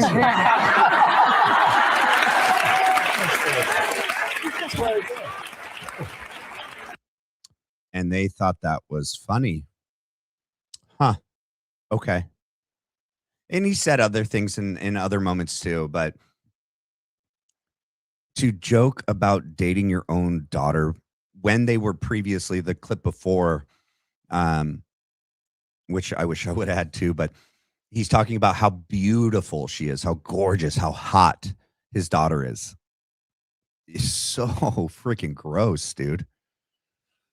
Oh my goodness. A man that says those things on live TV for the world to see and consume. Imagine what he says and does behind closed doors when nobody is looking. He thought that there was nothing inappropriate about that statement live for the world to see. Imagine the things that he does and says behind closed doors. Despicable. And so, yeah, I think he's in them. And I think the people that are implicated by the files also have him by the neck. I think it's a both and, not an either or. So, all right, let's hop over here and let's listen to Black Scout for just a minute. Let's hear what he has to say. Yeah. The world changed the day Charlie Kirk was assassinated. Yep. America changed. I guess I was just not aware of to the amount of power Charlie Kirk held. He was not an elected official. Okay. This reminds me. First of all, if you don't know who Black Scout Survival is, go to his channel, give him a follow, give him a subscribe. His content's amazing. Real honest, patriotic, a true American, Christian, godly man, good man, smart man, articulate man, funny man. I like watching him. But he's going to point out that what we've talked about many, many times, Charlie Kirk was more influential, powerful, impactful than I think most of us maybe even realized before the assassination. We know that it was, floated to us that it was him and TPUSA that got JD and Trump elected. We all knew that he played a huge role in it. But really, his ability to, what was it? Andrew Tate said, a lot of people have influence. Very few people have kinetic influence. The ability to get people to physically go to a place and do a physical thing. People will watch individuals, listen to them, and agree with them online. But for someone to tell people to get up out of their day and go and do a thing, and then those people do that, is a rare and very unique power. Okay? Trump didn't even have that level of power to do it on his own. He couldn't mobilize a good majority of the younger demographic within the Republican MAGA base that were millennials and Gen Z. That's why they needed Charlie Kirk. Charlie Kirk could get them to, because all of us listened to Charlie much more than we listened to Trump at that time. And I mean, even still, right?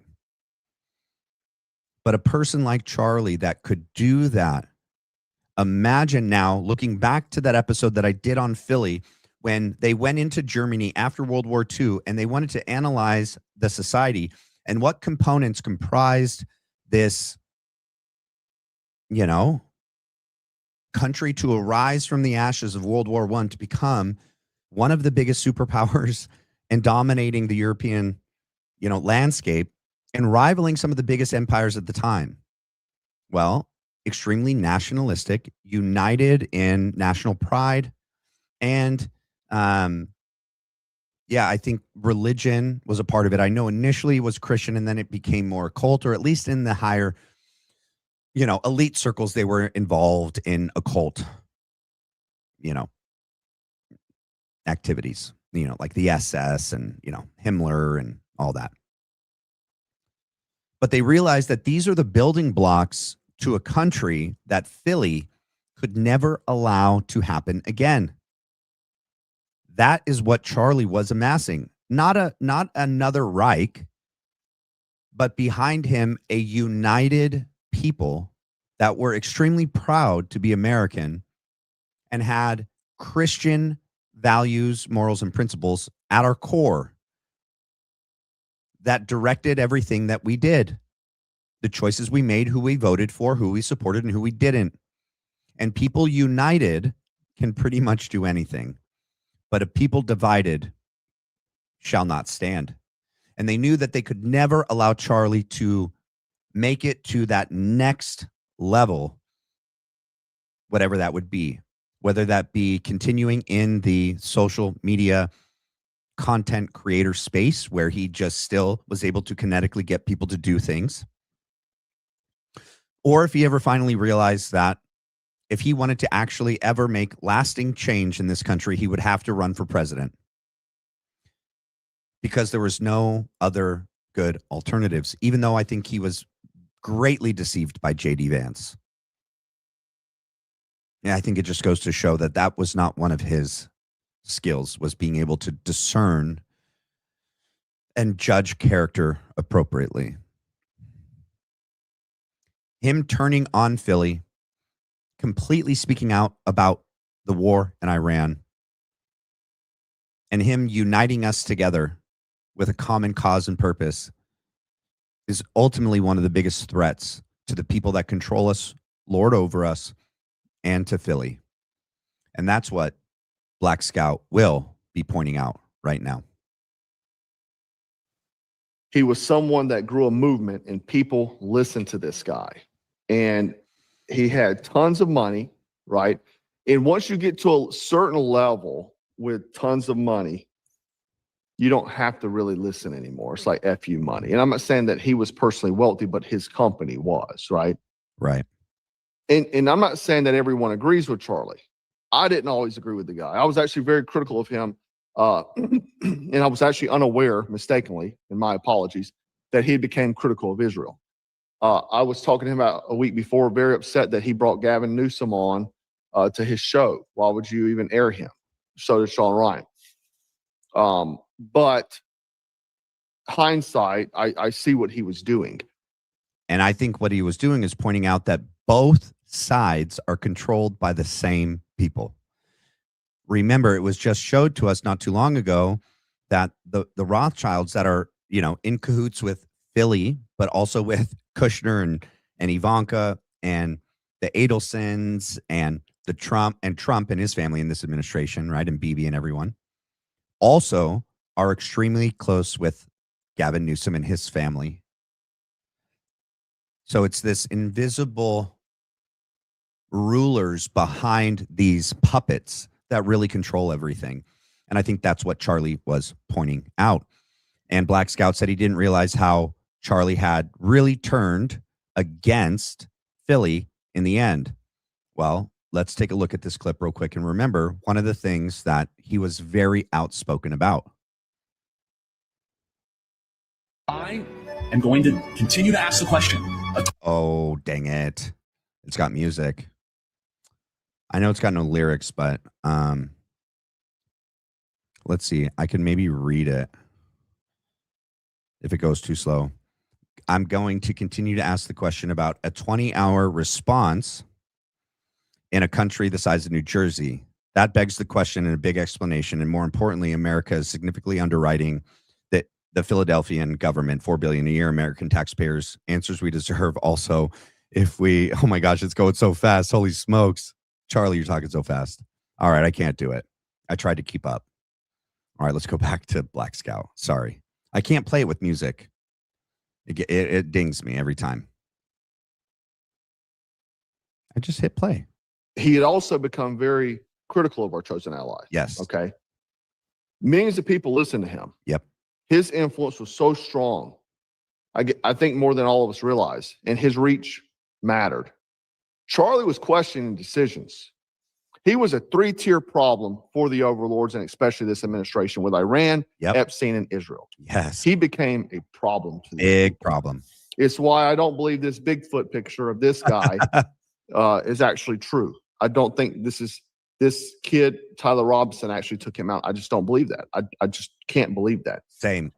Charlie was extremely critical. Okay. Here he is talking about the war in Iran. And not to mention, he also said we need to vote out Lindsey Graham, who Trump has backed wholeheartedly to get reelected. We should bomb Iranian nuclear facilities. I just don't. I think it would be a huge mistake. It's an act of war against a major country. You go to war with Persia, it will bring your country down. The American people did not rise up in major numbers because we want war with Iran. And this was in April 2025, you guys. April. This was right before he wrote that letter to Bibi. He wrote that 7-page letter to Bibi in May 2025. That's the context. This is right before that, April 17th. That was never part of the deal, okay? It was never like, hey, America first, comma, we're going to go do a bunch of, targeted strikes on the inland of Iran. So that's just where I would say that would be a catastrophic. Yep. So, criticism exists. It does, right? So he was critical of these things. And obviously this was a major problem. There was text messages revealed, we've talked about before, days before or within a day of his assassination, that he was saying he was not going to be pressured by the Israeli lobby. Apparently they had given him money. They're pressuring him to fold and not bring Candace Owens on, not bring Tucker Carlson on to Turning Point events and these sort of things. So he became a problem. He also was very adamant about Epstein transparency. Yes. But coming into that,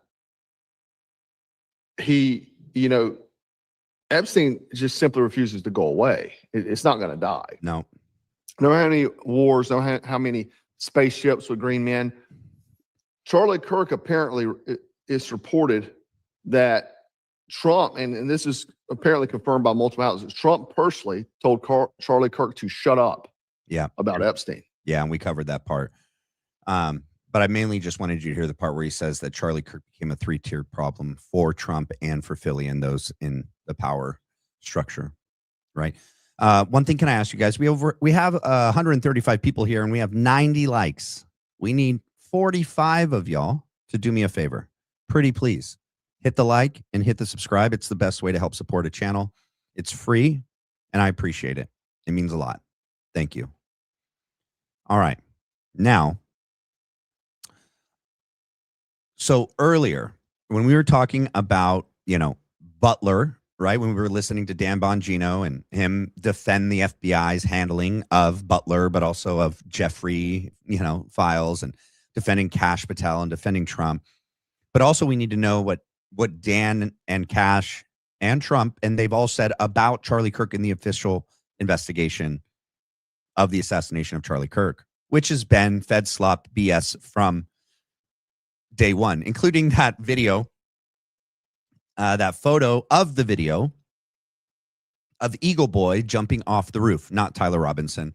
I never heard anyone describe it as the Bigfoot video, but it makes sense because every Bigfoot video that ever exists, it is extremely blurry and you can't make out. And it's always them like, you know, the legs are like this and they're like walking. That is that video. That is a Bigfoot video. It's ridiculous. You can't. And supposedly, remember, they released that, and that was supposedly the video that the parents identified their son off of.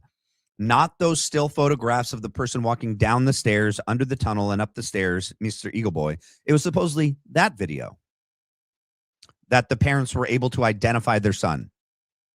Yeah, sure. Okay. So the same FBI that, you know, on Trump's behalf, shut down the investigation into Trump's attempted assassination at Butler, Thomas Matthew Crooks, is the same FBI that is handling and has handled. Obviously, they handed it off to the Utah County Attorney's Office and to the Utah, authorities. But they were the ones that tied it up in a bow, and all of the evidence that is going to be used to prosecute Tyler Robinson, mainly all comes from the FBI and the ATF. Can we trust them now? They say. No, we can't trust them now. And one of the things that we see in this video that I'm about to play is Andrea Burkhart, who is I don't know if she's still a bar licensed, lawyer. She was. I don't know if she's still practicing, but she's definitely a legal commentator. She's been on the TPUSA show. She's also been on Gary Melton's show. So take that for what it is. She is, for the most part, a proponent and supporter of the official narrative. She may differ here and there, but in large part, she's holding up the status quo for the Fed slop narrative. And for that, I strike. But anyway, let's listen to this video of Tyler Robinson in court today. And one of his defense lawyers brings up something very fascinating regarding a very pivotal piece of evidence that had not been brought up yet. And it is groundbreaking. And if you guys didn't watch it, you're going to want to hear it. So let's check it out.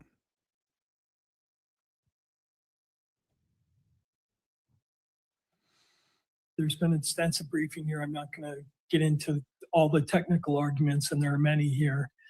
But the briefing outlines 6 different bases for the court to find here that the use of hearsay evidence in this particular preliminary hearing in this. Okay, pay attention. So if you guys end up going back and watch this live, this is her live. This is Andrea Burkhart watching this live when this lawyer started talking about this. So she's watched every previous hearing, as have I, and we haven't heard anything like this yet. Her body language. So this entire time she's reacting to the defense, pretty much mocking them as people trying to stall and, railroad the actual preliminary hearing from beginning, and that they're really setting up for appeal claims and, ways to get out of it down the line. And she's like laughing and she's like mocking and saying things about the defense. Like, what's his name? I forget the guy that was on the stand. He brings something up about Nestor and acts like it's some sort of groundbreaking thing because it's like in relation to a previous incident, because this whole hearing was about the prosecution's mishandling of releasing, evidence and taking things and releasing things to the news. And they like get up there and like, well, Kathy Nestor did it before. So like, oh, and like Andrea like laughs and thinks like this is some big like gotcha moment. But notice that her body language, her facial expression completely changed once this guy started talking. And just watch. Death penalty case is unconstitutional under the federal constitution. State constitution has separate rules, as we outline in the they in the brief, explicitly and I say know the court's hearsay is familiar with okay. those. But the constitutional issues raised under the federal constitution are unique. For the most part, they have not been addressed by any Utah court, with one exception, and that's the confrontation clause subjection that is addressed in Timmerman. But as to our other arguments, procedural due process, equal protection, the Sixth Amendment right to counsel, those issues have not been addressed. And there's, of course, one issue, separation of powers, that's a state law issue. That has also not been addressed by any Utah court. But I wanted to take just a few minutes with the court, if I could, to outline why this motion is important in this particular case. I don't think that's really outlined in the motion, but I think it's important for the court to consider. And I know the court has not reviewed the exhibits that have been submitted to the defense from the prosecution in terms of what they're going to present at the preliminary hearing. But her blink rate just disappeared. All right. So like you can tell things, what's going on, like what people are processing mentally and emotionally. I mean, it's like not like a perfect science, but blink rate, you can tell a lot.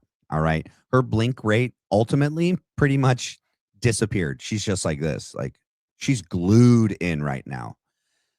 And it's because what's about to be told. And it's insane. I represent to the court that for the most part, the state, and I'm sure they'll correct me if I'm wrong on this, intends to rely almost exclusively on hearsay evidence at this preliminary hearing to make out the elements of the charges and allegations, and especially the death penalty eligible allegations against Mr. Robinson.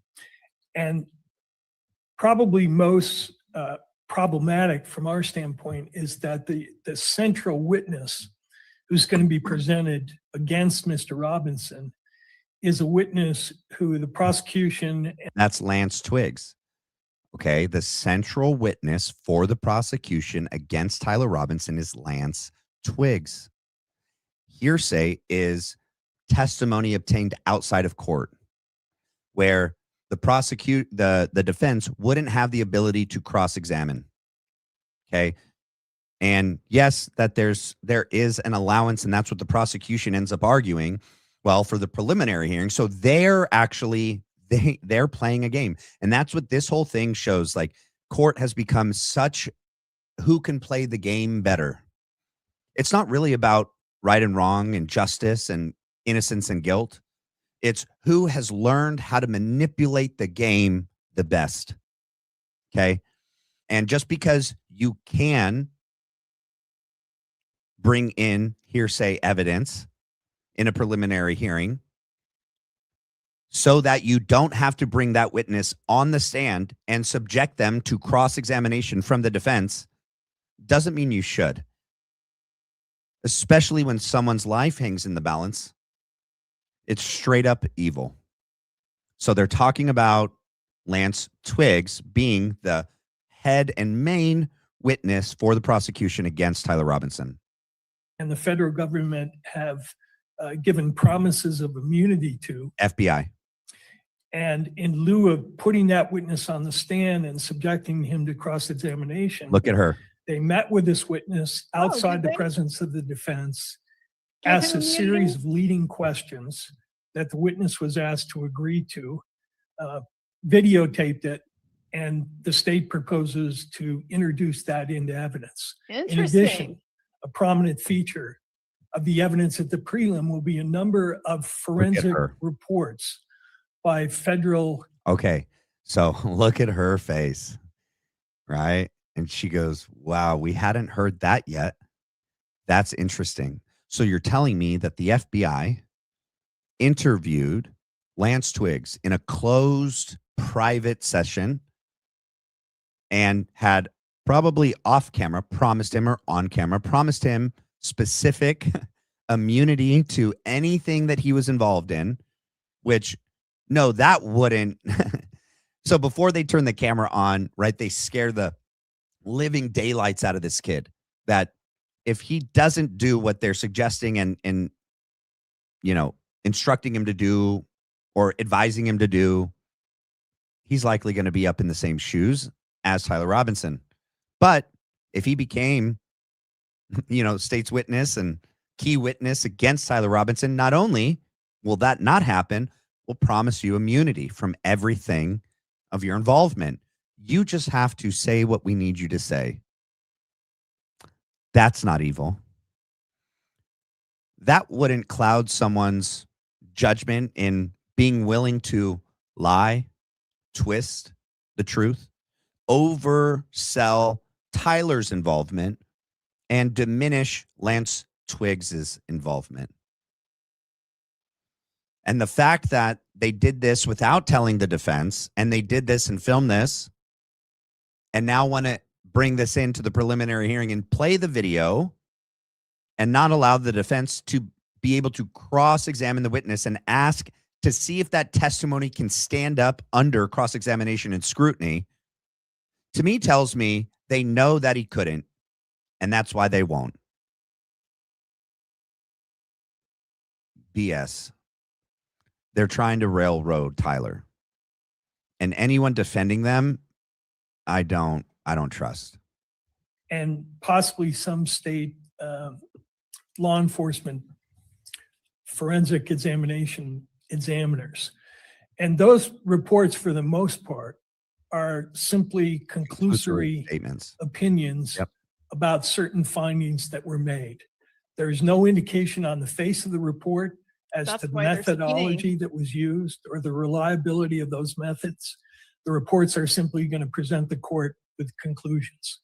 And then the state is going to rely on Section 1102 of the Rules of Evidence to urge this court that those statements by law are reliable evidence. And that's the gist of the problem here, because 1102, in combination with Article 1, Section 12, essentially removes what was supposed to be this court's function at the preliminary hearing, which is to assess the reliability and the credibility of the evidence. And the intent of Article 1, Section 12, if the court goes back into the legislative history, was specifically to remove the court's discretion to decide whether certain evidence was reliable. And that's where the separation of power issue comes into play. So everyone's getting their orders, right? The state of Utah, right? It's a state, but it's also a governmental agency. It's just a state government. But at this point, like, the states, for the most part, do the bidding of the federal government. Like, it's just an extension of the federal government. For the most part, I'm not making a overgeneralization or simplification, but just look at how the state of Utah and the state of Utah county attorney, state of Utah attorney's office has handled this from the beginning. Governor Cox, how he's handled it. Kash Patel, Dan Bongino, FBI, ATF, the rifle, how they found the rifle, chain of custody issues, the testing of the rifle, inconclusory findings of the ballistic tests of the rounds, the bullet jacket fragment, not being able to find the rifle with bomb sniffing dogs just hours after it was supposedly fired, having 5 to 6 people's DNA on the towel, on the rifle, not telling everyone. That came out from Kathy Nestor from the defense. And Erica Kirk would have you believe, and Andrew Colvett and Blake Neff and TPUSA would have you believe that there is a mountain of evidence that even if 90% was tossed out, that 10% is still so strong, he would still be found guilty. We know all of the evidence that at least has been allowed to us to know to this point. All of it is largely circumstantial. Even physical evidence that they are using have extreme issues, right? Like photos, videos, doesn't look like Tyler in the afternoon. They say it very clearly that in the morning, it's very clearly him. Yeah, because it probably was. It probably was. Think about this. The hypotheticals could abound of Tyler's participation and involvement in this. It could be as little as it was all Lance Twiggs, and all Lance Twiggs did was call or text Tyler and say, hey, I'm in a bind. I need you to drive to the campus and pick me up and then park your car and walk over here and meet me here. And Tyler gets there. He gets out of his car and he's walking around so that he gets captured on camera. But he's there to meet Lance Twiggs in his mind, pick up his boyfriend. Finds out Lance Twiggs isn't there. Lance Twiggs then calls or texts him and says, sorry, I got a ride, or I had to leave. I'm over here. Then we see Tyler Robinson get back in his car and leave. Now they have him on camera in the beginning of the day. They could have also done that same thing in the morning, right? In Phil Lyman's neighborhood, where I do think that there's at least one image in the morning video that looks like the same. It looks like Tyler Robinson in the morning in the shorts, in the Converse, and the hat. And that is what he was wearing in the morning when they had him on camera around campus. He never entered into campus, but he walked around campus. And it's possible at the same time he walked through Phil Lyman's, maybe Lance was like, I'm over here. I left. I'm around the corner in the cul-de-sac. Come over here. And he's not there. He gets captured now on camera in Phil Lyman's neighborhood in the morning. And then he's captured on camera around the UVU campus in the morning. But the person that comes back in the afternoon that gets then captured on Phil Lyman's, doorbell camera, and the same individual that gets captured walking down the staircase, under the tunnel, up the staircase, up the stairs, onto the Losi Center roof, and then jumps off the roof, that does not match Tyler. And the prosecution knows that. And they say, all but say that. They say we have video evidence of Tyler in the morning, and it's obviously him. It's clear as day. He's wearing a hat, yeah, but you can still see him. The person in the afternoon, they say, well, he's hiding his face. He knows where the cameras are, and the bill of his hat kind of hides his face. Oh, he's wearing a disguise. Disguise? He's got like a fake mustache and a wig? No, he just changed his clothes, and he's just wearing glasses now. So the glasses are the disguise. Oh, and the video in the afternoon, it's a little bit more grainy. It's not as good quality. So you can't really tell like you could in the morning definitively that it's Tyler. But just I promise you, it's him. He's about the same age, same size, same build, same skin complexion, even though no, he's not. Trust us, though, it's him. It was him then, proof. Now it's him here, right? And then the video of him on the Losi Center roof, we know from the court documents that it never states that they have it on camera of Tyler Robinson taking the shot, Eagle Boy taking the shot. They say that they have him on camera walking up and over the railing, and he disappears behind that little building that's on top of the Losi Center to supposedly change his clothes, put together the rifle, and then he runs, then low crawls to what is called the sniper's perch. And then the document picks up, and then immediately following the shot, so they don't even state in the document when they're explaining what the video captures, they're literally explaining word for word like the video. But they don't say he runs over, low crawls, takes a position, aims in, and takes a shot. And they would have that. They would have the recoil. They would have the muzzle flash. If there's any audio, they might have audio. I don't know if they have audio. But they don't say that. And they're very, very careful not to say that because they don't have that. Because the person, in my opinion, Eagle Boy, was simply there to be captured on camera, walking up and onto the roof, and then running and jumping off the roof. And there's many issues with that video as well. John Bray's done a full breakdown of that video. There's no way he could make it from corner to corner in the time that he did. Usain Bolt couldn't even do it, the fastest man alive. In a tracksuit on a flat ground with track shoes, with no backpack, no jeans, no towel, no hat, no sunglasses, long pants and Converse, with supposedly a rifle in his hand. Not to mention he supposedly left the screwdriver up there, but then jumps down, scales down, and then makes it across the road. No one saw the rifle. But then he seemingly then is like, I better take it apart. I'm taking it apart, but I'm going to leave it. Then I'm going to put it back together. Oh, that's right. He took it apart, and then he put it back together on the other side and then left it. And then left it without the screwdriver, because that makes total sense. But then when the police come and they do a search, nothing. Dog sniffing or bomb sniffing dog search, nothing, just hours after. FBI comes up, searches, finds nothing. Then the FBI guys that just searched and found nothing go over to two cops that have less than a year put together, and the two of them, and they go, you guys go search. And then, oh, what do you know? They find it. Oh, it almost seems like the FBI did a search and dropped the rifle, which possibly would have been in their possession, in my opinion, in the days or the weeks prior when they came to Lance Twiggs's house. If Lance Twiggs was already some sort of asset, some sort of part of this, and they came and got it, Tyler's rifle.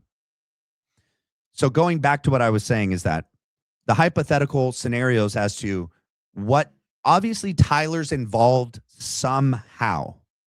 It's either completely like not actually involved, but obviously was tricked into going near campus that morning, because that was the only time they capture him on camera that morning. The other person in the afternoon is not him. And then they have him in his car, obviously in that shopping mall, driving around and then meeting up with another car and then following him off. All of that could still be explained by someone told him, come meet up with me. Someone that he thought he could trust. Someone like Lance Twiggs, or like friends of Lance Twiggs, or people that he met through Lance Twiggs that he thought he could trust, but that he thought he was just meeting up with and helping them with something, not an assassination. And yet they're now going to have him on camera in these different locations at these different times that they're going to use as evidence to build the case against him.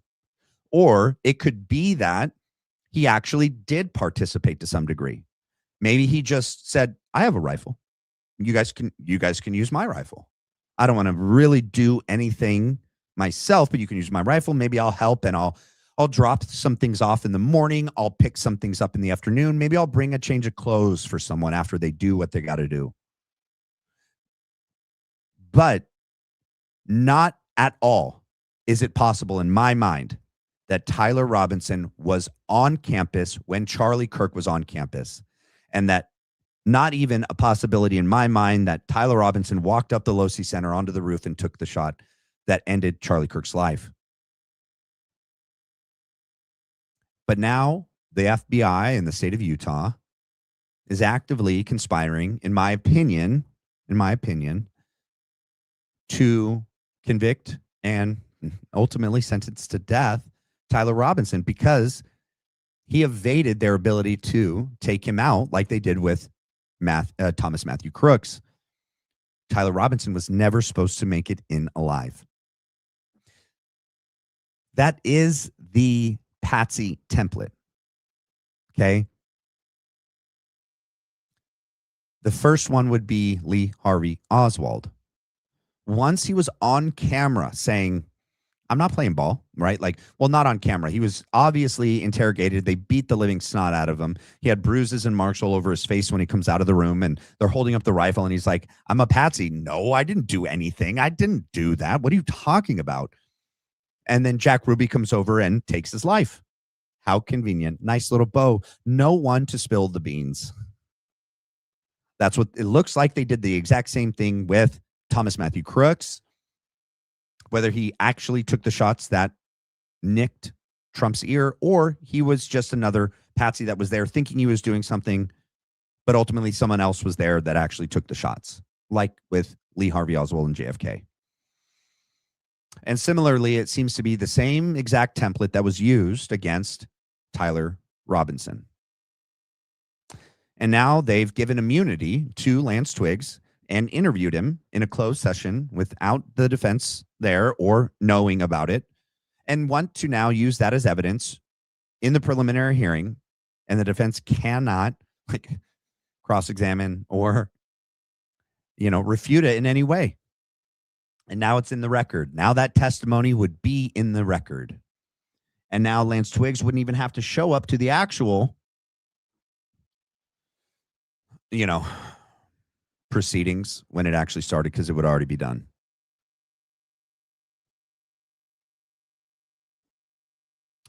And Erica Kirk and TPUSA and Andrew Colvett, Trump, JD, Dan Bongino, and Kash Patel all seem to be in some way, shape, or form in on this whole cover-up thing, whether it was from before or after. Either way, it's evil. Yeah, one's a little bit more evil. It definitely looks like now, especially with Andrew Colvett going back to Miriam Adelson and tattling on Trump, which Charlie didn't do. So Charlie didn't do that. Andrew did. With Erica Kirk pretending to be someone she wasn't in front of and with Charlie and in front of Tucker Carlson, and then ultimately completely changing and turning over and doing the complete opposite thing after Charlie's gone. Yeah, it's starting to look like maybe it's a before. They were involved before, or they at least had prior knowledge and did nothing. They also seem to be two people that have benefited significantly. Okay.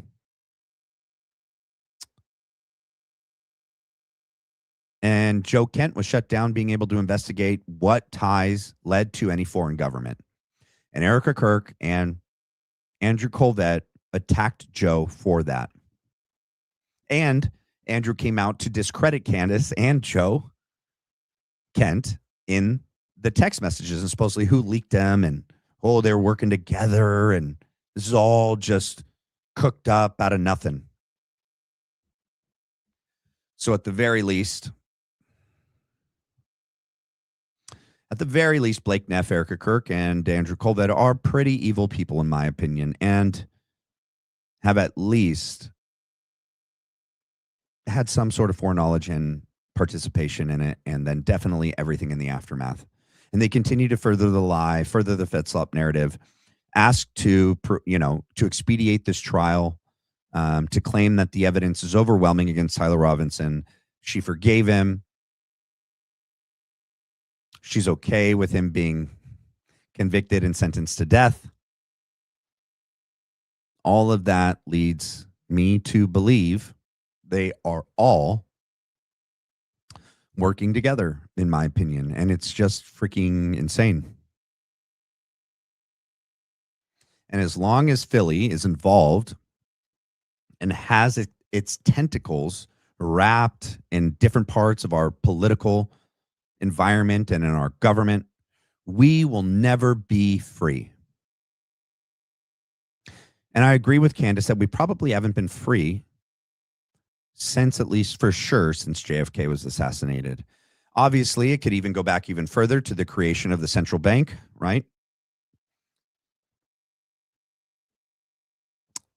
We know that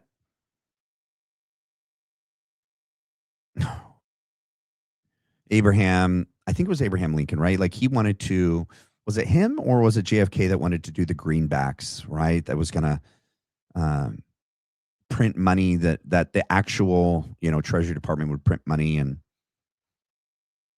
the form, you guys know that the central bank is a private bank, right? They loan money, they print money out of thin air. It's called fiat money. It's fake money. It's not backed by anything real like silver or gold.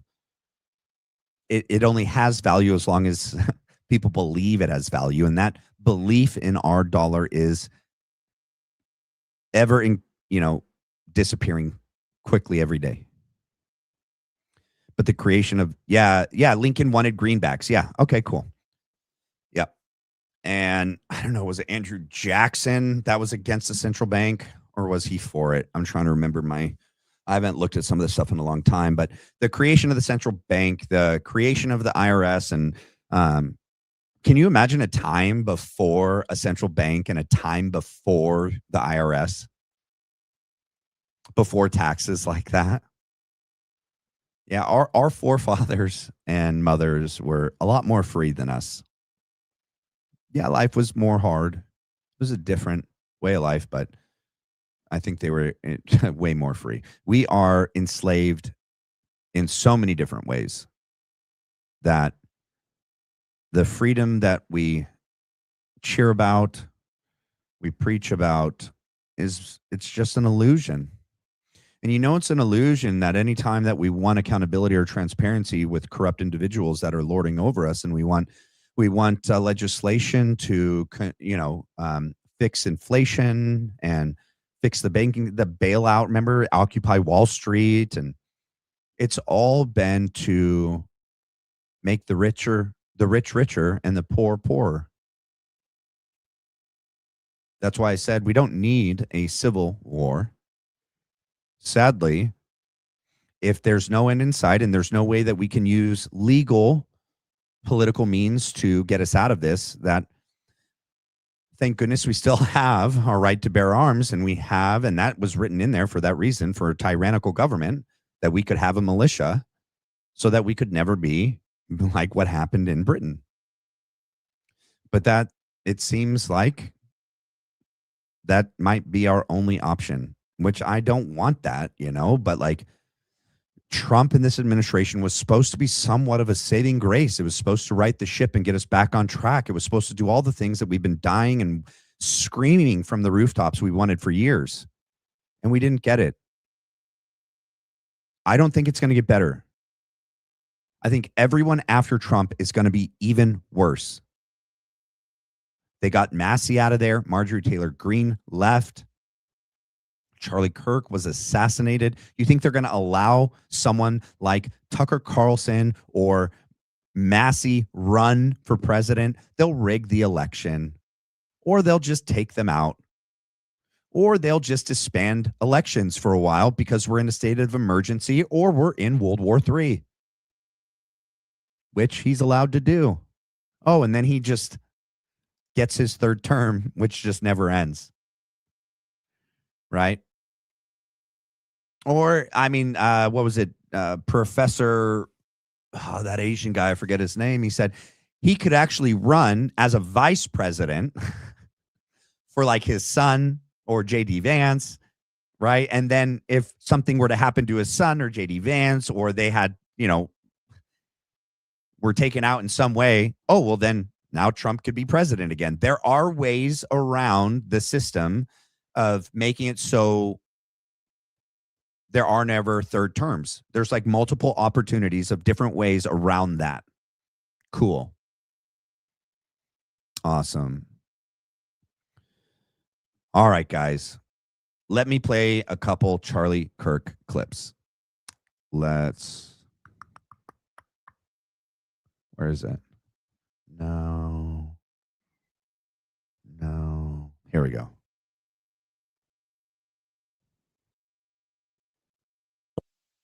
All right, let me share this. All right, if you guys haven't done so already, please do me a favor and hit the like and subscribe. It is the best way that you can help support this channel. Also, after this video posts, when it's on the channel and it's no longer live, please do me a favor and write a comment. Okay, it helps boost the algorithm. That's another free way you can help support the channel. You can also hype the video for free. It's an ability you swipe and then you just click hype the video, and it helps get the video to new viewers. Okay. Yeah, so you can like, you can subscribe, and hype the video. All right, let's watch some Charlie Kirk clips real quick. Let's see where it starts after the commercials. Right here. Oh, no, this is the crazy lady. Okay. Yeah, with Riley Gaines. Yes, what is on your mind? Oh, Charlie, here we are. Oh, Riley. Hi, everybody. Talk right in the mic. You know, I've been hearing a lot of what you guys been saying and coming from your ivory tower, talking about how you can look down on whole entire populations of people and say, oh, these people, they're not worth this. All these people, they're not worth that. Who the are you? Who the gave you that agency? Well, because I know it wasn't Jesus I'm Charlie Christ. Kirk, and this is Riley Gaines. You're that and guy nice from. to meet I you. thought you were the guy from South Park. He is. I thought you were the mother Terrence. Terrence. All right, holy smokes. I forgot how much she cusses. Hold on. Let's see. No, that's the one I just pulled up. Hold on. This one. Yeah, let's do this one. Hold on a second. All right, let me share. Okay. Here we go. Where does Charlie come out? Right. Oh, it's just right in the beginning. All right. Okay. Hello. Hello. My name is Malcolm, and I guess my question to you today is, when did systemic racism end, and what is your definition of systemic racism? Systemic racism is a law on the books that prohibits an individual from doing something based on their race. It largely ended with the Equal Rights Amendment and the Civil Rights Act in the 1960s. Okay, and so do you think that it just ended right then and there, and there's no lingering effects of that could, kind of explain some of the disparities we see today? If the hypothesis of lingering intergenerational 60-plus year effects are true, then you must tell me how Jews have done so materially well post-Holocaust, despite everything being taken from them. Well, I don't think that's a one-to-one. You're right. Jews had it much worse than blacks. Well, I think that also have black Americans ever had a crazy fanatical dictator trying to kill half their population in a span of 5 years? We have been enslaved for hundreds. No, that's not the question. I'm saying, I'm saying Jews actually had it far worse than black Americans did in the 1930s and 40s. Way worse.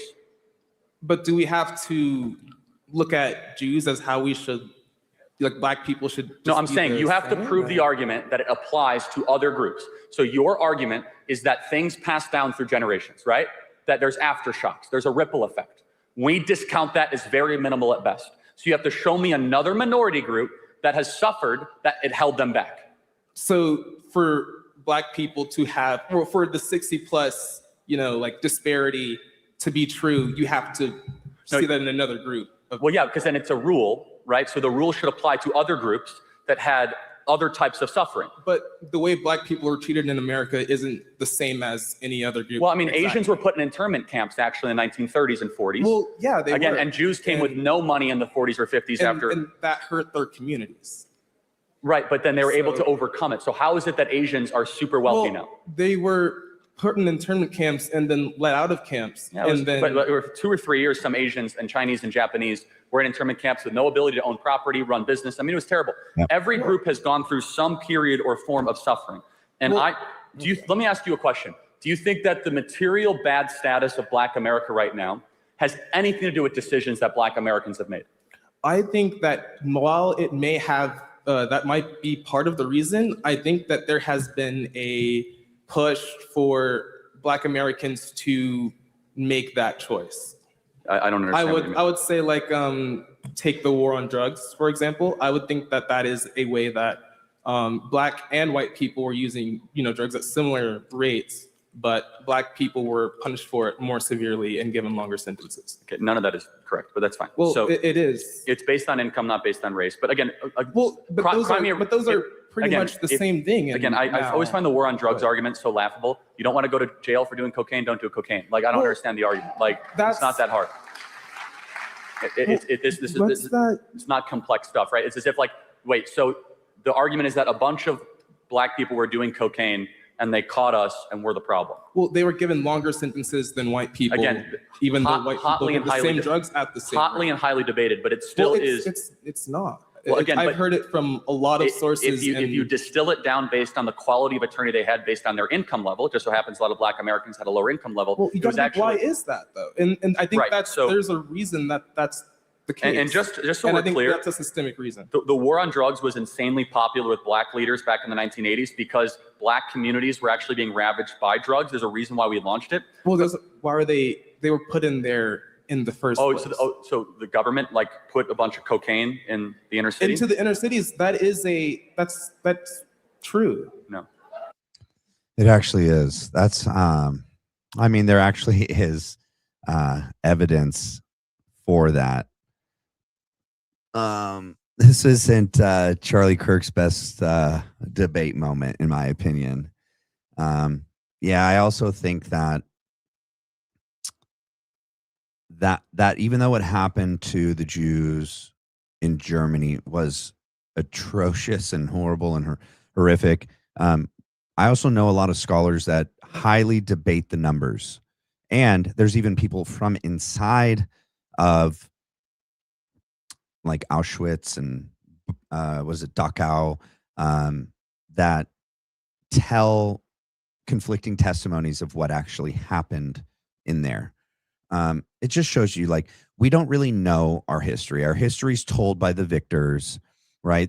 Our textbooks and the stories that we're told about World War II are largely cinematically done to provoke and evoke a sort of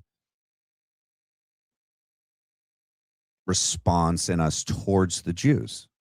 And this whole narrative was carefully crafted and curated by Hollywood as well. But also think about like Jordan Maxwell and, them being like the education board and our textbooks being controlled by individuals from Philly. And I also think, even though I don't agree with reparations, because once you do that, you'd have to do that with everyone. And I guess to some degree, we have done that with Native Americans by, giving, but also only some really get the benefit in the Native American communities. Like it's the ones that were not just that have a high percentage of a specific, tribal blood, but specific families that link back to the tribal leaders that get the most of the money and the benefits from the reservations and the casinos and things like that. And so, yeah. And I mean, how has that worked out? Has that system brought any sort of restoration and lifted the majority of Native Americans out of poverty? No, it hasn't. But also, why should we here currently have to atone and pay for something that maybe not even our physical ancestors did? Like, yes, we're here. Like, I don't even know from my dad's side, because I never knew my dad and my dad's side of the family. Like, when was the first Scottish McKim over here? Like, when did he come over here? I don't even know. Like, when did that happen?